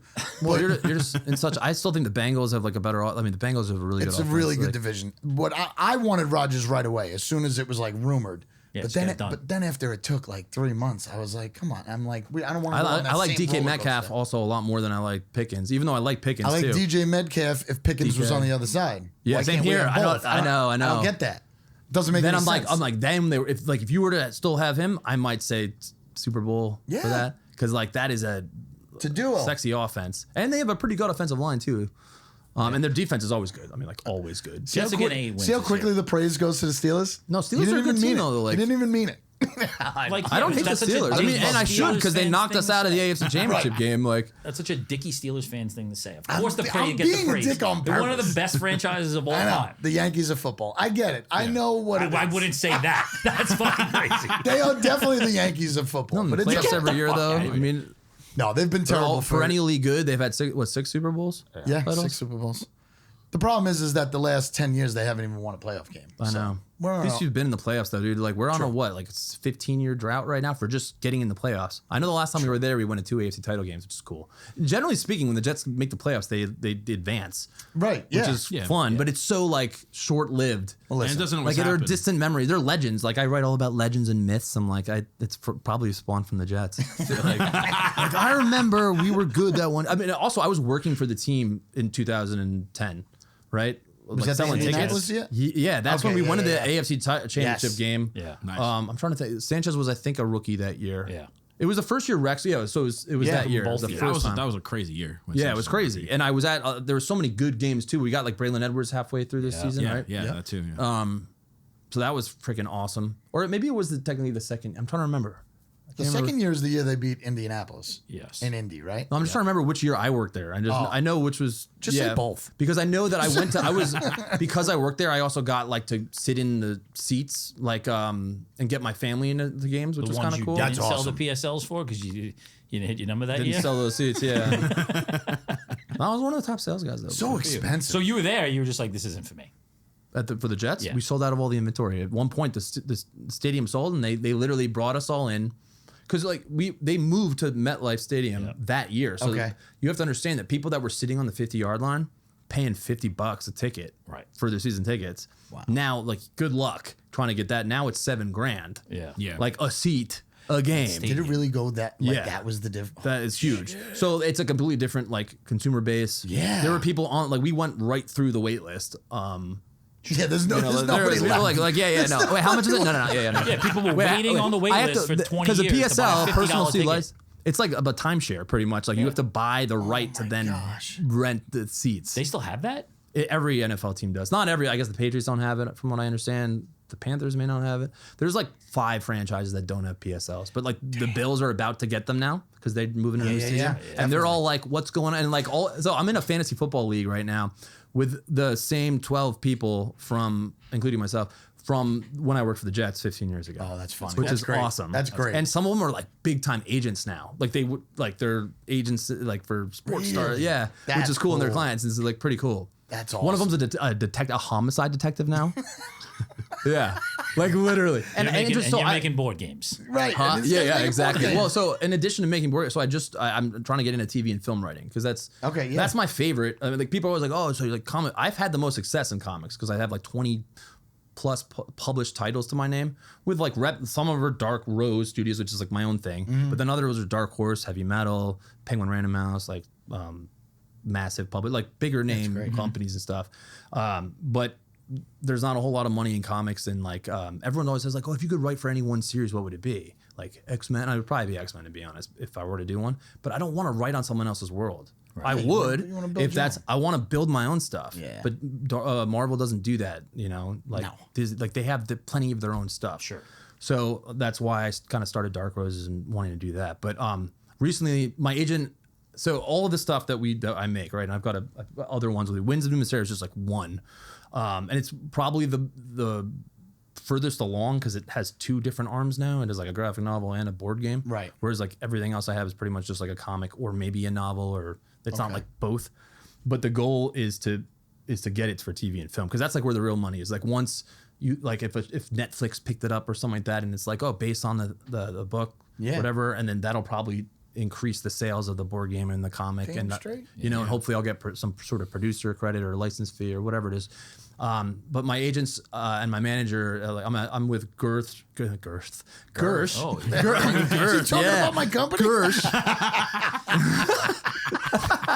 Gersh and Gotham Group. I have a manager and an agent, and people were telling me like, "Why are you doing both? You have to pay them each 10%. If you do that, that's 20%. Just have one." And I'm like, "Dude, I would gladly pay them both 10%, to double my my reach and my you know." So that's how. And so it's funny because when I was like choosing between the two of them, I asked them. I said, "Look, can I get you guys to like work together and like not compete with one another? Like, I don't care if you have the better relationship with Netflix, but you have the better relationship with Paramount. Like, cool, you take the lead on this one, and then you take the lead on this one. And they'd never done that before, but like, we're like, okay, because I told them, I said, if he gets the deal, you're still getting your 10% and vice versa, kind of. And then we're like, oh, okay. So it was like, yeah. And now they're like good friends and partners on that. And so they've been getting us. We've been now shopping. Most recently, Ram God, which is we didn't really talk about, but that's my other cyberpunk comic book series graphic novel that just came out. And we have like some legit, and I'm like knock on wood, but like we might have a show by the end of this month. Ben Stiller involved at all in any of that? Ben Stiller? Good. Why would Stay you away say? from Ben Stiller. Why? I'm just curious. He did. We had a Severance. guy in here a couple of weeks ago who Didn't like Ben Stiller. he has a life story that he sold to Amazon, but Ben Stiller owns it. And he won't make the movie. That's right.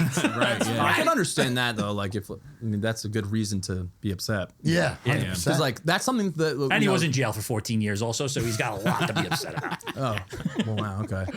Ben Stiller. He was a detective. Actually, once. maybe you'd be all right with Ben Stiller. Also, you guys, same. You know? It's true. Ben Stiller.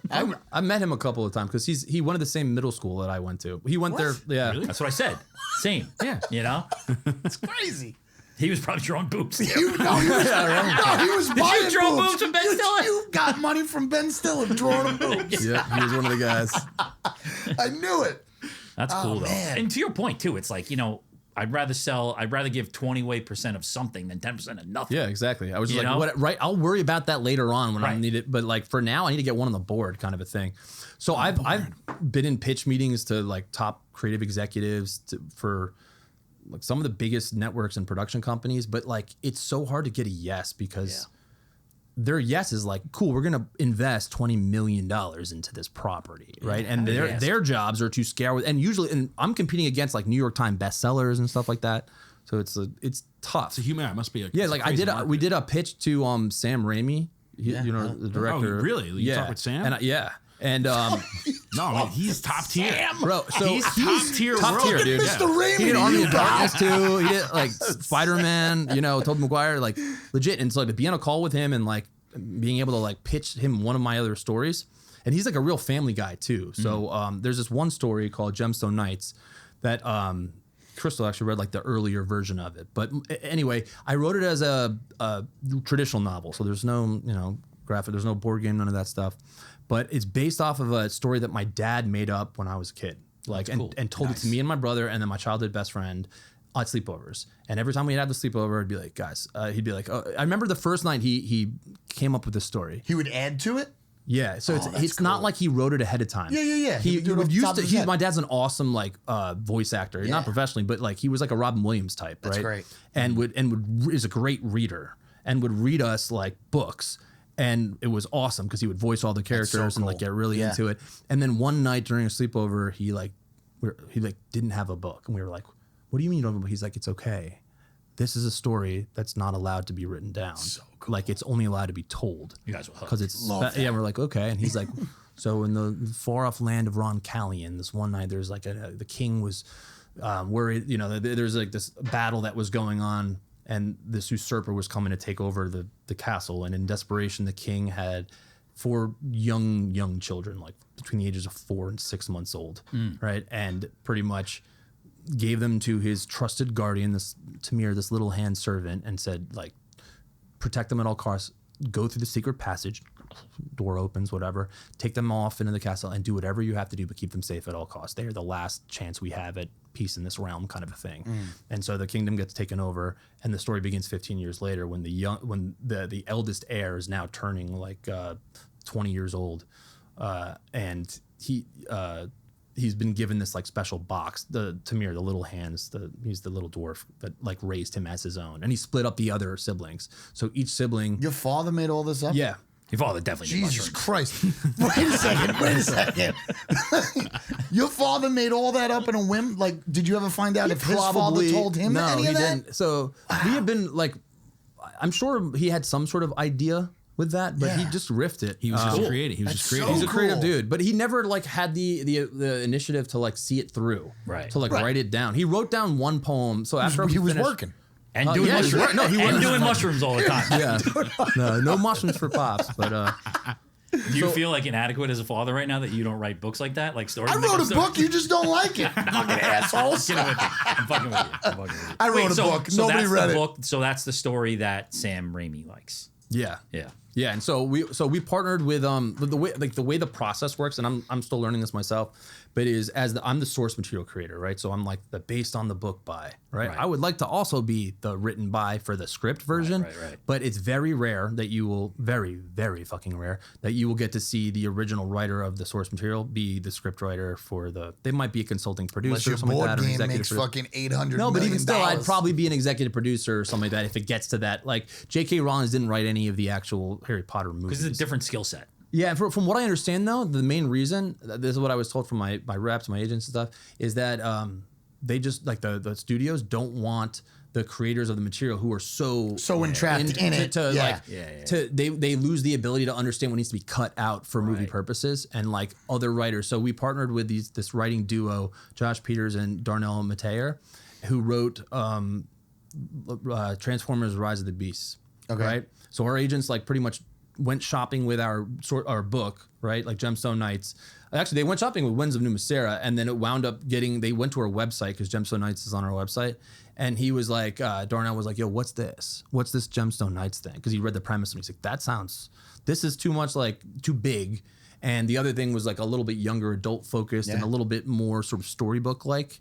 Because this one's more of like a political, Winds is more of like a political drama epic, whereas like Gemstone Knights is more of like, oh, there's 4 long lost heirs. They were all raised in completely different areas of the world with completely different skill sets. So one's like a hunter, one is like a blacksmith, one is like an alchemist, and then the other one is like a thief. And they all have different personalities. None of them knew the other ones existed because they were like 3 when this happened. So they like, forgot about each other and were like kind of forced to forget.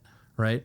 And now the eldest one on his 20th, now we changed it to his 18th birthday, discovers that he's the actual rightful heir living in this like little bumblefuck town, right? That always thought that he was meant for more. And he was told his parents died in some fire and he was an orphan, but like who were his parents? Oh yeah, it's the king and queen of the whole fucking realm. Wow. And then, and by the way, here's a magic box that won't open for anyone, I guess for you on your 18th birthday. With your blood or something like that. So, and he's like, all right, whatever. And then it's like, shoop, box opens. I'm paraphrasing, of course. And it's like, there's these 4 gemstones, like shimmering gems inside. And he's pretty much, Tamir's like, look, your quest is to reunite the siblings, figure out how these magic gems work, and then try to raise an army and take back the throne that was stolen. Right? Like, and it's like, cool. Do you want to heed this call for adventure or not? And it's like, he goes with his best friend, his platonic friend that he winds up, having a romantic, like it's a real hero's quest story. That like is this growing, sort of like Fellowship of the Ring type of thing where it's like, he starts with just a little dwarf guardian and his best friend that he doesn't even realize that he may have a thing for.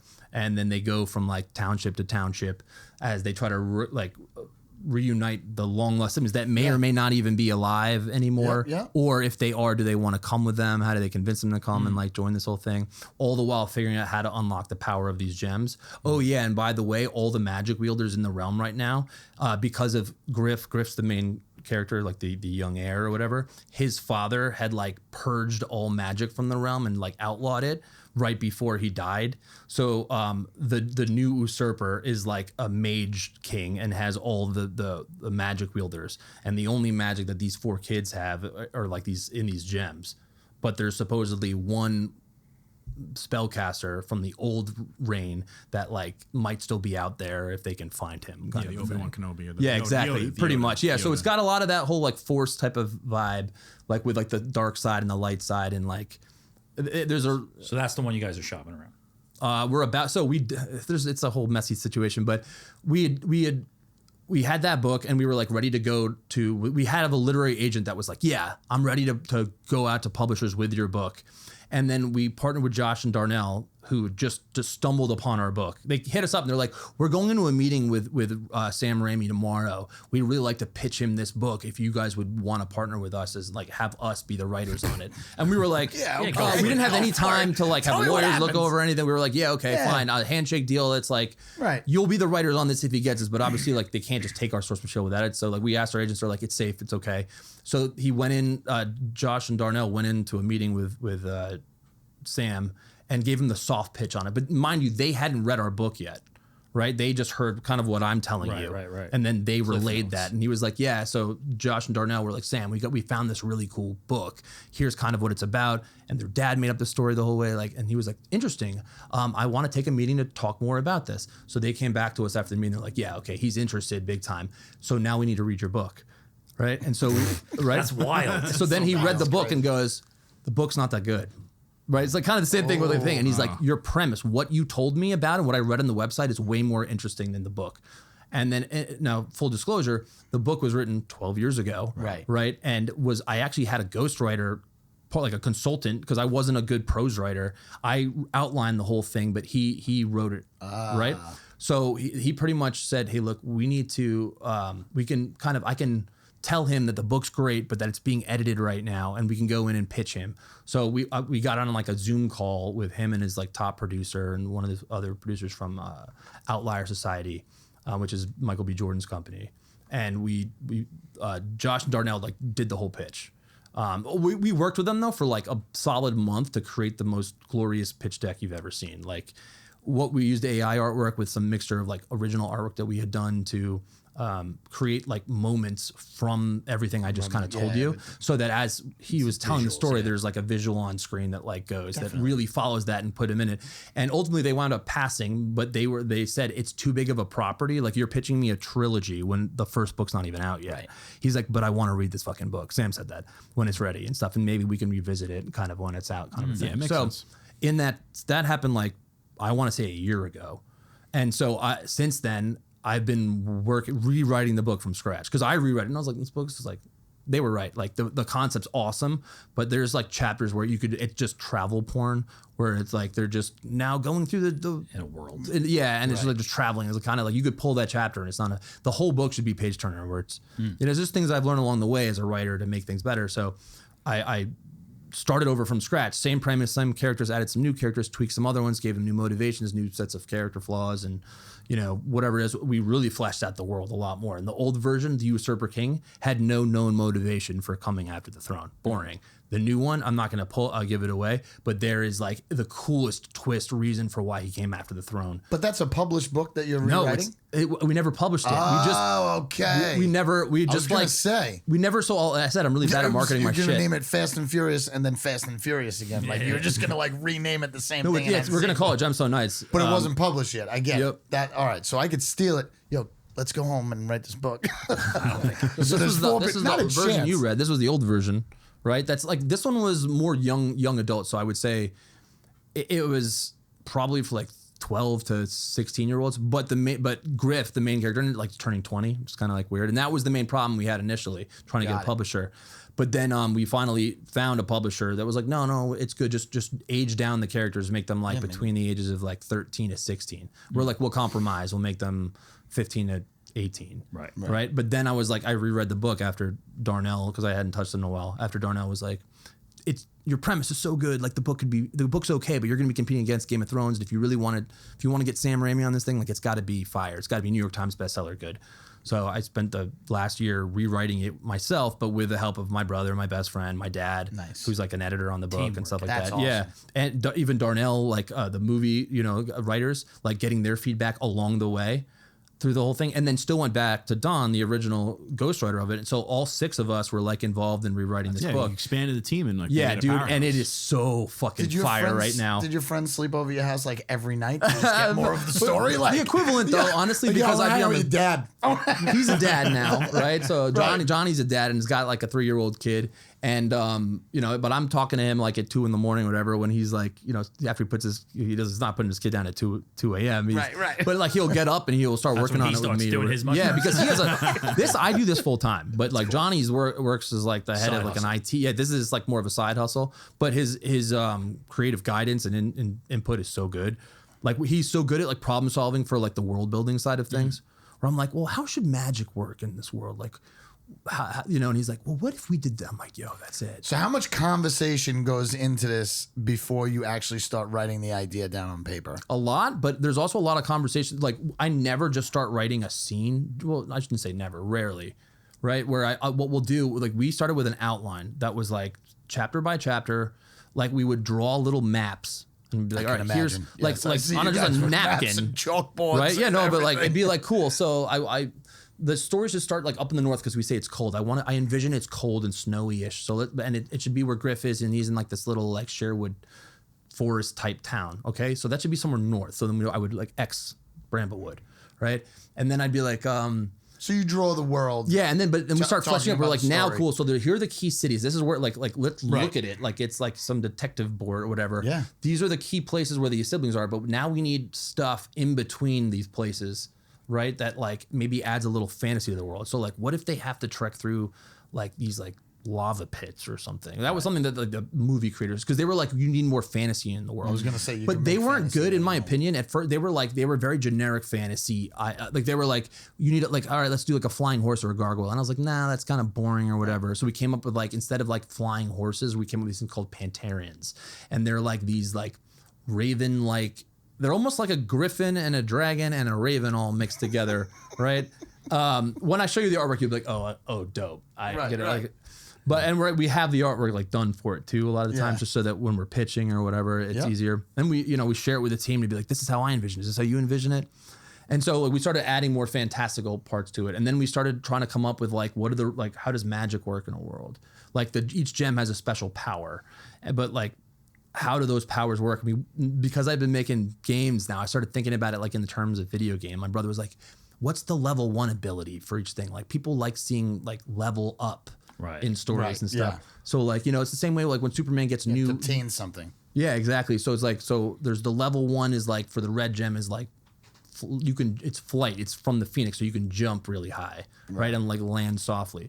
But like maybe level 2 is like teleportation, almost like you can just get to where you want to go by thinking there instead of having to physically go there, right? And then maybe level 3, well, what else can a Phoenix do? Well, maybe that's like, I don't know, reincarnation or like revive yourself, yeah. something like that, So we were like, oh, cool. So we came up with each of those things for like the gems. So like, and like, okay, how do you unlock a gem's power?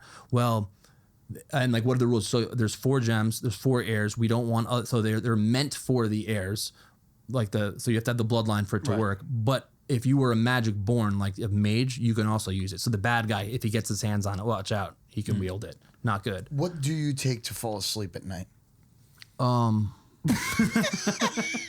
You're crazy. I just get super passionate about this Awesome. stuff. No, Yeah, it's it's so awesome. it's so cool. Like, cause when you're doing any project, you get really, you're just very detailed, and you have all the like. The way you explain it is very, very interesting. It's like you're telling the story and coming up with the story at the same time. Well, a lot of it. So It's one of the things wild. I'm learning too is like Darnell and Josh are like the best pitch guys I've seen.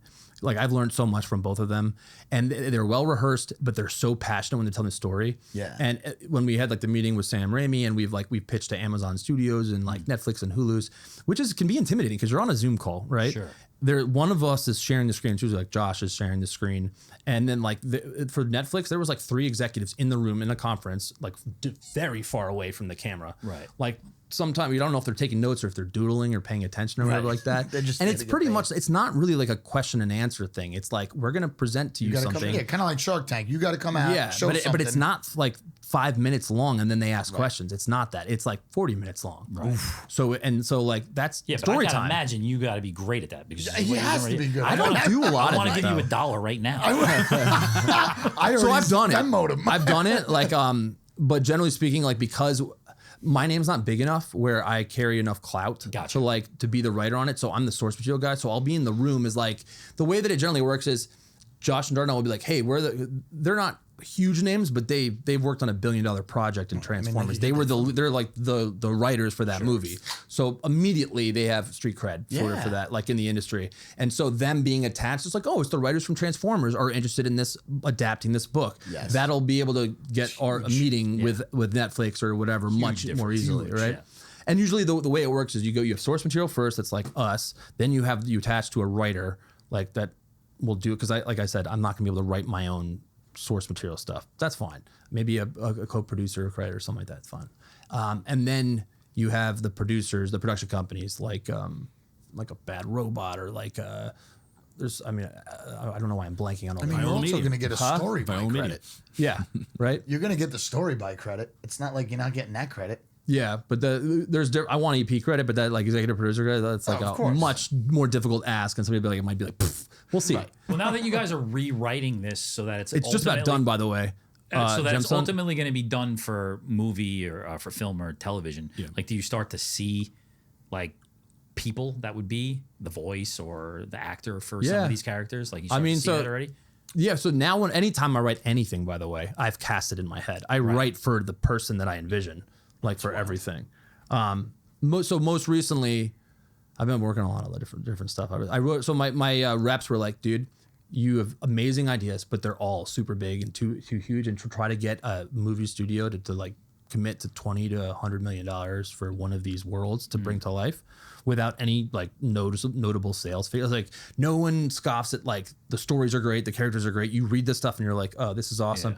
But You it's just not don't have $1 billion to make this movie. yeah, make it exactly. back. And it's like they would almost rather go with a worse title that they're not as interested in, that has like a more established following. Like, oh, but that's based on the best-selling novel as opposed to something I've never heard of before, kind of a thing. Or So- it has like 20 voice actors that are all names in the industry and shit. yeah.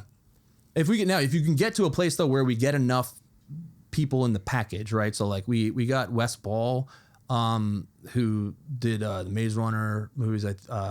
Oh yeah. He did the Rise of the Planet of the Apes movies. yeah. Love that. So he's the director. So his whole production company like fell in love with Ram God, which is another one of our series. Oh really? Yeah, and so they're You're in- talking to big people. Like, Oh that's- yeah, that's dude, cool. finally. But Yeah. it doesn't talking is the almost, right? It's like, cool, I now have a relationship with them. They love my stuff, my shit, but like, and they're not only that, but they're putting their name on it. They literally officially said, yeah, we're going to partner with you guys like on this project if it, and we'll go, and so we just had a pitch meeting to like Netflix and 20th Century Fox, you know, or, for Ram God, and it was Wes Ball's team. So they're the production company. Then we had Josh and Darnell, who were the established screenwriters, and then we're the source material creators. And then now we just need now we're at the network, right? The distributor. you need somebody to back it. They can Just be like, say cool, we'll yes. buy You it. need somebody to But say because I'm not going with just me and the cool source material, I'm going with these guys vetted it. Players. These guys, players. Yeah. Wes Ball's attached to it. Like, that's how you create the package and make it sexier to where it becomes more of a no-brainer for Netflix. They'll be like, okay, Bro, yeah, it's gonna fucking happen. you know. It's just the definitely- way that you talk about it. If you could get that into those next two layers, But I'm not allowed to really talk on these calls. I so can't like, imagine what you do. You I say say like, like, this you have whole like mouth tape on. no.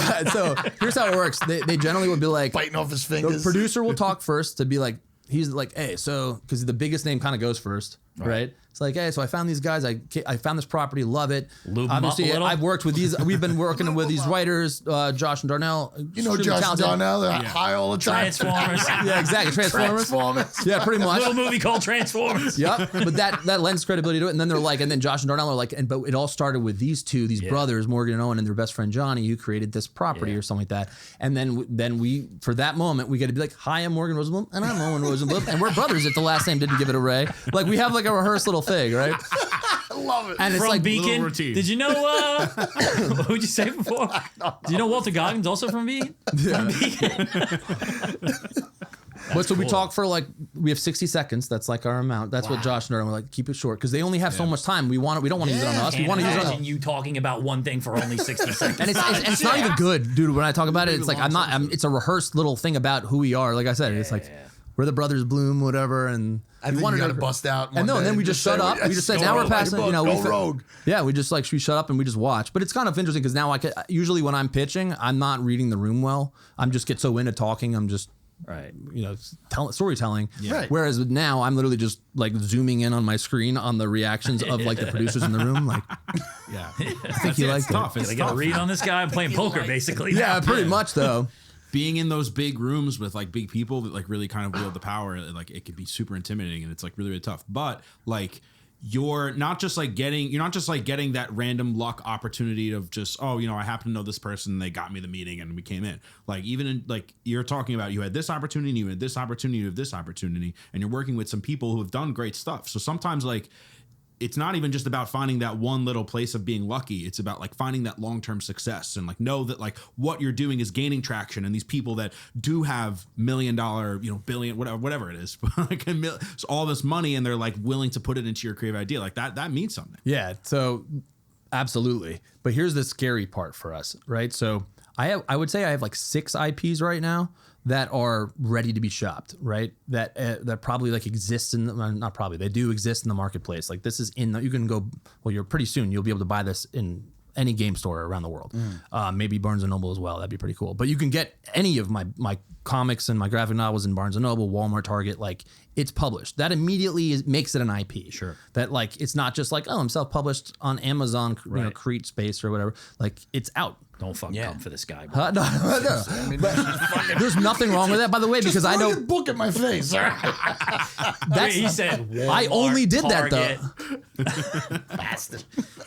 No, but I know people that have sold more books than I have doing it that way anyway. And there's nothing Sure. wrong with it. Like if I could do it that way, great. I don't need to split it with a publisher. Exactly. But the publisher sticker, right? Like or their logo on it legitimizes it, like I said, because having a Dark Horse or a Heavy Metal or whatever it is, people, comic book stores, retailers will pick it up solely because they're like, oh, it's been vetted by those guys. Well, right? plus subconsciously too, you're taking it to the next level of what you really want to do with film and television.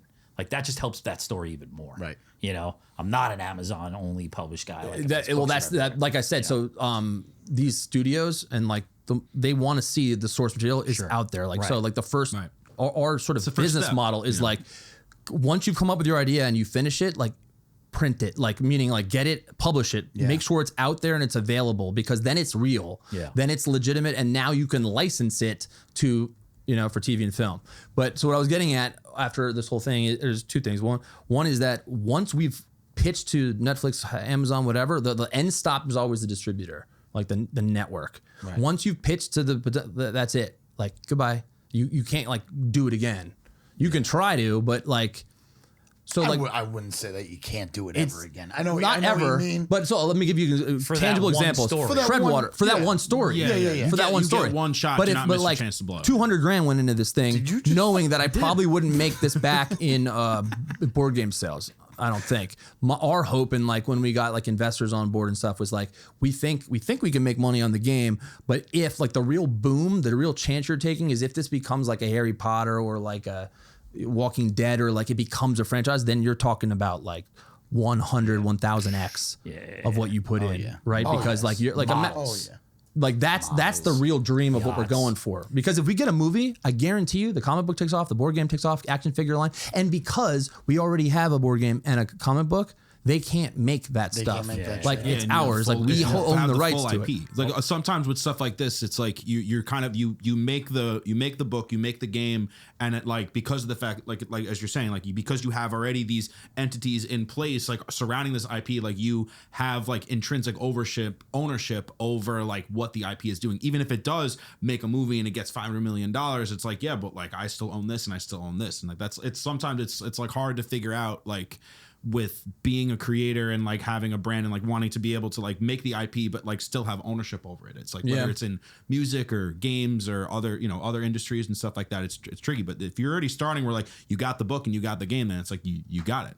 Only action figures they could make. No, they could do a lot of other stuff too, but that would be the step. Do you have trading cards? Well, technically that is, they kind of it's a card game. But people have like we've been told by good games, they were like, if you can get this into just a card game, or even like what I was even thinking is like, what if we just like literally use our characters and made trading like playing cards, like the king and just but like themed with our stuff. That's licensing for it too. Like it'd be cool. It's like, oh, I got the Winds of Numenera. Like this is what the Joker looks like, or like the like the king or whatever. All right, I got 2 more questions. First one, what's up with your sweat gland? Yeah, I was going to tell you that before. Sweat gland. So I don't forget anything. So hyperhidrosis. I've suffered it for my whole life, and because I have ADHD, go figure. In case you didn't know that. Wait, you got a fucking spider? You got a spider? Oh, it's a daddy long leg, so that's fine. Where are you going? She's terrified. Sit back down. She's terrified from day one with the spiders.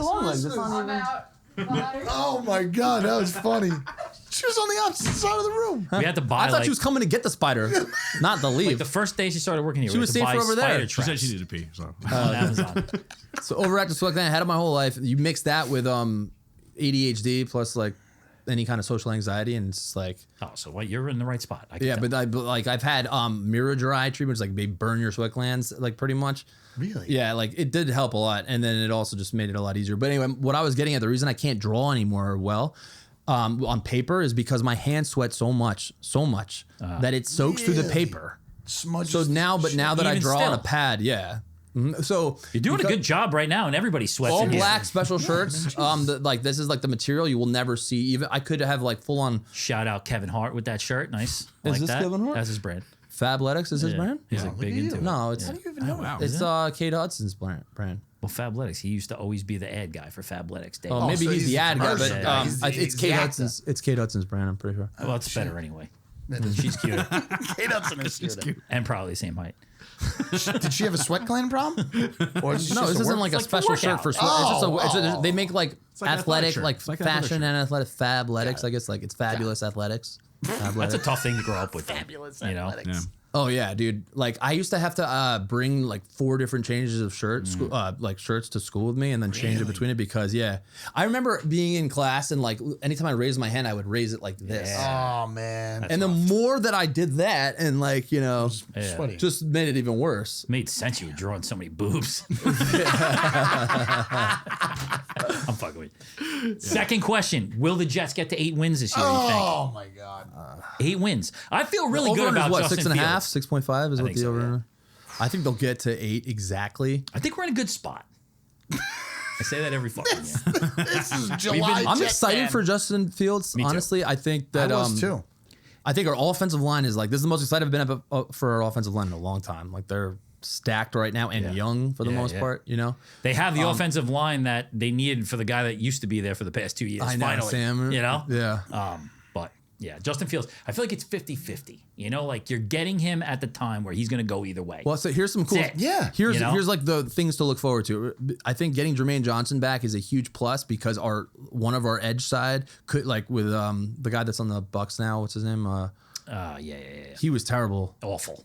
I mean, I would just watch him get bullied. He looks little. He would get bullied. Yep. He was slow coming on. I know he used to be Offensive amazing. linemen just look at him and just like lick their chops. But you know, like, but before that year, he had like what 14 sacks in a year. It's crazy. get the scheme. Yeah, but I think so. And Jermaine Johnson's really good against the run and pass rushing. So now you have him with Will McDonald. That's mean plus Young. Quinn in the middle, strong, great linebacking core with Jamie and Sherwood and Quincy Williams. Secondary's always a problem, though. I mean, so I like Sauce is great. Yeah. This is good. No, he's great. I think this is the year that he's got to prove it. He, I he mean, was so- kind of quiet last year. He had a Real bad quiet. year, agreed, but he quiet. was still a top 10 cornerback last year. Okay. Like yards given up per game, touchdowns. I think he gave up a total. Out a lot. He wasn't. He wasn't out that much. Asking to not Yeah, he fucking was asking to not play. play the best player, you know, lining up against the second wide receiver. that He wouldn't, he wouldn't switch He fields. wouldn't switch the side that he was on.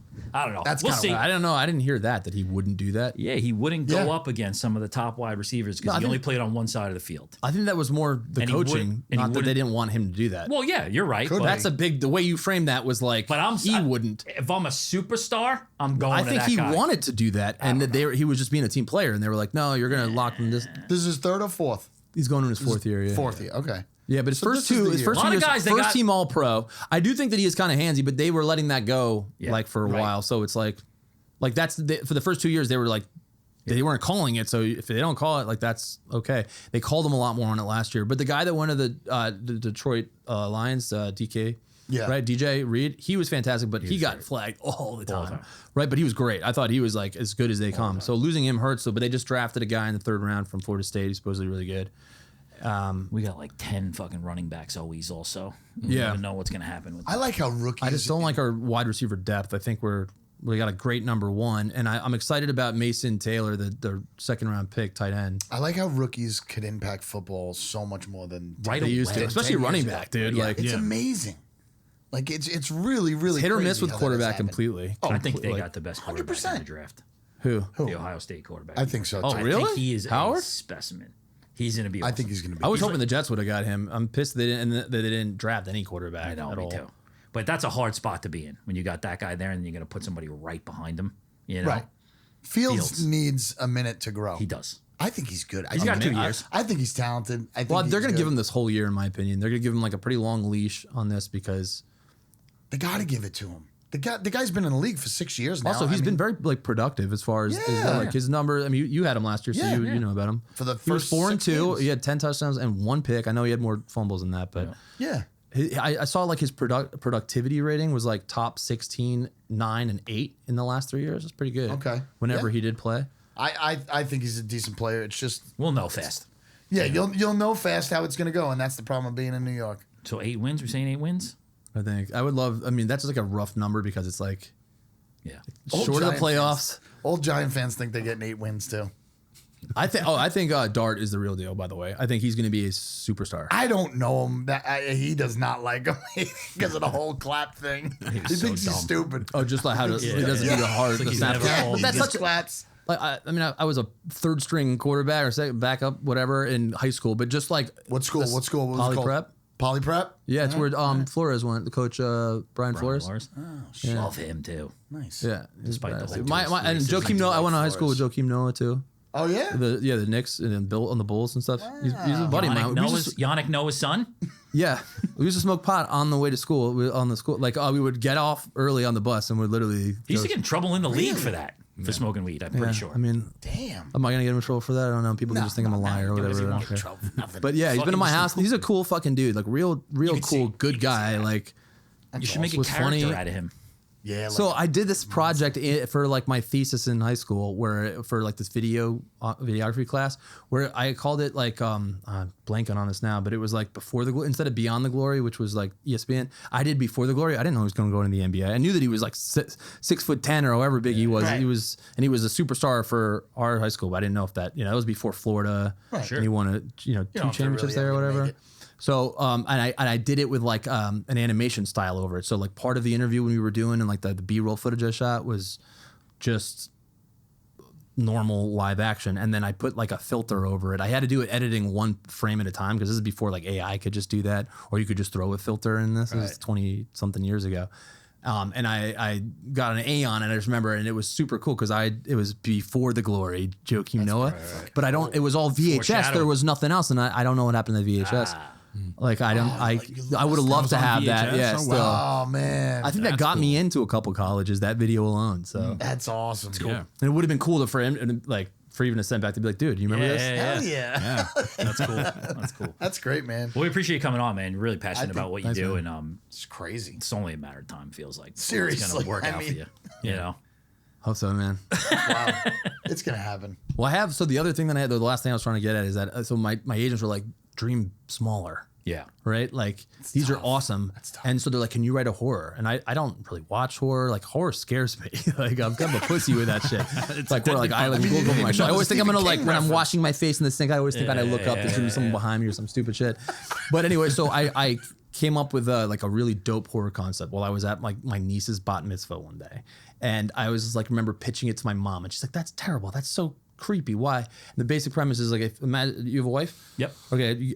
Imagine you're in a car. You guys get in a terrible accident, but you're okay. But she's not. She's like the doctors are saying she's probably not gonna make it. She's in emergency surgery, so you're just kind of dealing with this news in the hospital, and it's the middle of the night, and you get up to kind of go process everything, and you're approached by some old fucking dude that like real old, and he's got stage 4 lung cancer or whatever, and you get in like a conversation, and the guy pretty much says like, so what would it be worth to you to like insure, like what would it be worth to you to ensure your wife pulls through if there was a way? Like what would be the most you'd be willing to give? And anything, I would give anything. It's like, what about your firstborn? It's like, nice. I don't have a kid. We're not going to have kids. Like that was actually kind of date one. It was like, no kids. If you want that, like, I'm not your girl kind of thing. He's like, great, all the better. So you would sign away if you never have the kid, you never have to pay the cost. Like, sounds like a win-win to me kind of thing. And ultimately, you make this deal, Sure. right? She recovers, but the next morning, that guy is fucking dead or like whatever. And then several months later, she said she didn't want a kid ever, but now she not only is she pregnant, but she's decided already, She's super with happy or about without you, she's having this kid. and you wanted the kid too because you've always wanted the kid. That's the basic premise for Never Tell. Oh, but there's one rule: if you tell anybody about our little arrangement, I get what's mine and what's yours. Meaning she would die back, so we can't tell anybody. And that's like it's like kind of like a modern day That's fucking Rumpelstiltskin. cool. That is Right? cool. Yeah, and there's like this whole thing about like the traded. You find out like the people that start coming for his kid are like former people that had been been traded, right? Like what Now they're in happened? service of whoever. Yes, exactly. Like from some supernatural entity kind of a thing. And there's just some really cool twists to the whole. That whole seems story. small enough. Yeah, it's small. Yeah. It's small. So I know? have a couple actually. We have two super interested. I knew it was going to say I was one of anything. I have 13 more. No, we have two super interested producers that actually are like. You were gonna say story. I was we like, might that's get right. we might potentially get an offer from both of them, which would be crazy to go from none to then like being like It's called Never Tell. Never Tell. Yeah, dope title, right? Yeah, That's I cool. love that title. good. Remember that one? It's going to be somewhere. Fuck. it's awesome. Yeah, love the concept. Anyway, that's all my. You got a lot of fucking wild Yeah, ideas, seriously. man. That's Good awesome. lord. Let me. I'm just going to do an ad for the game. What? Listen to this clink. Buy the game. Oh man, that's wild. Awesome meeting. This has been awesome. You too, man. That's Thanks for great. having me. Appreciate it.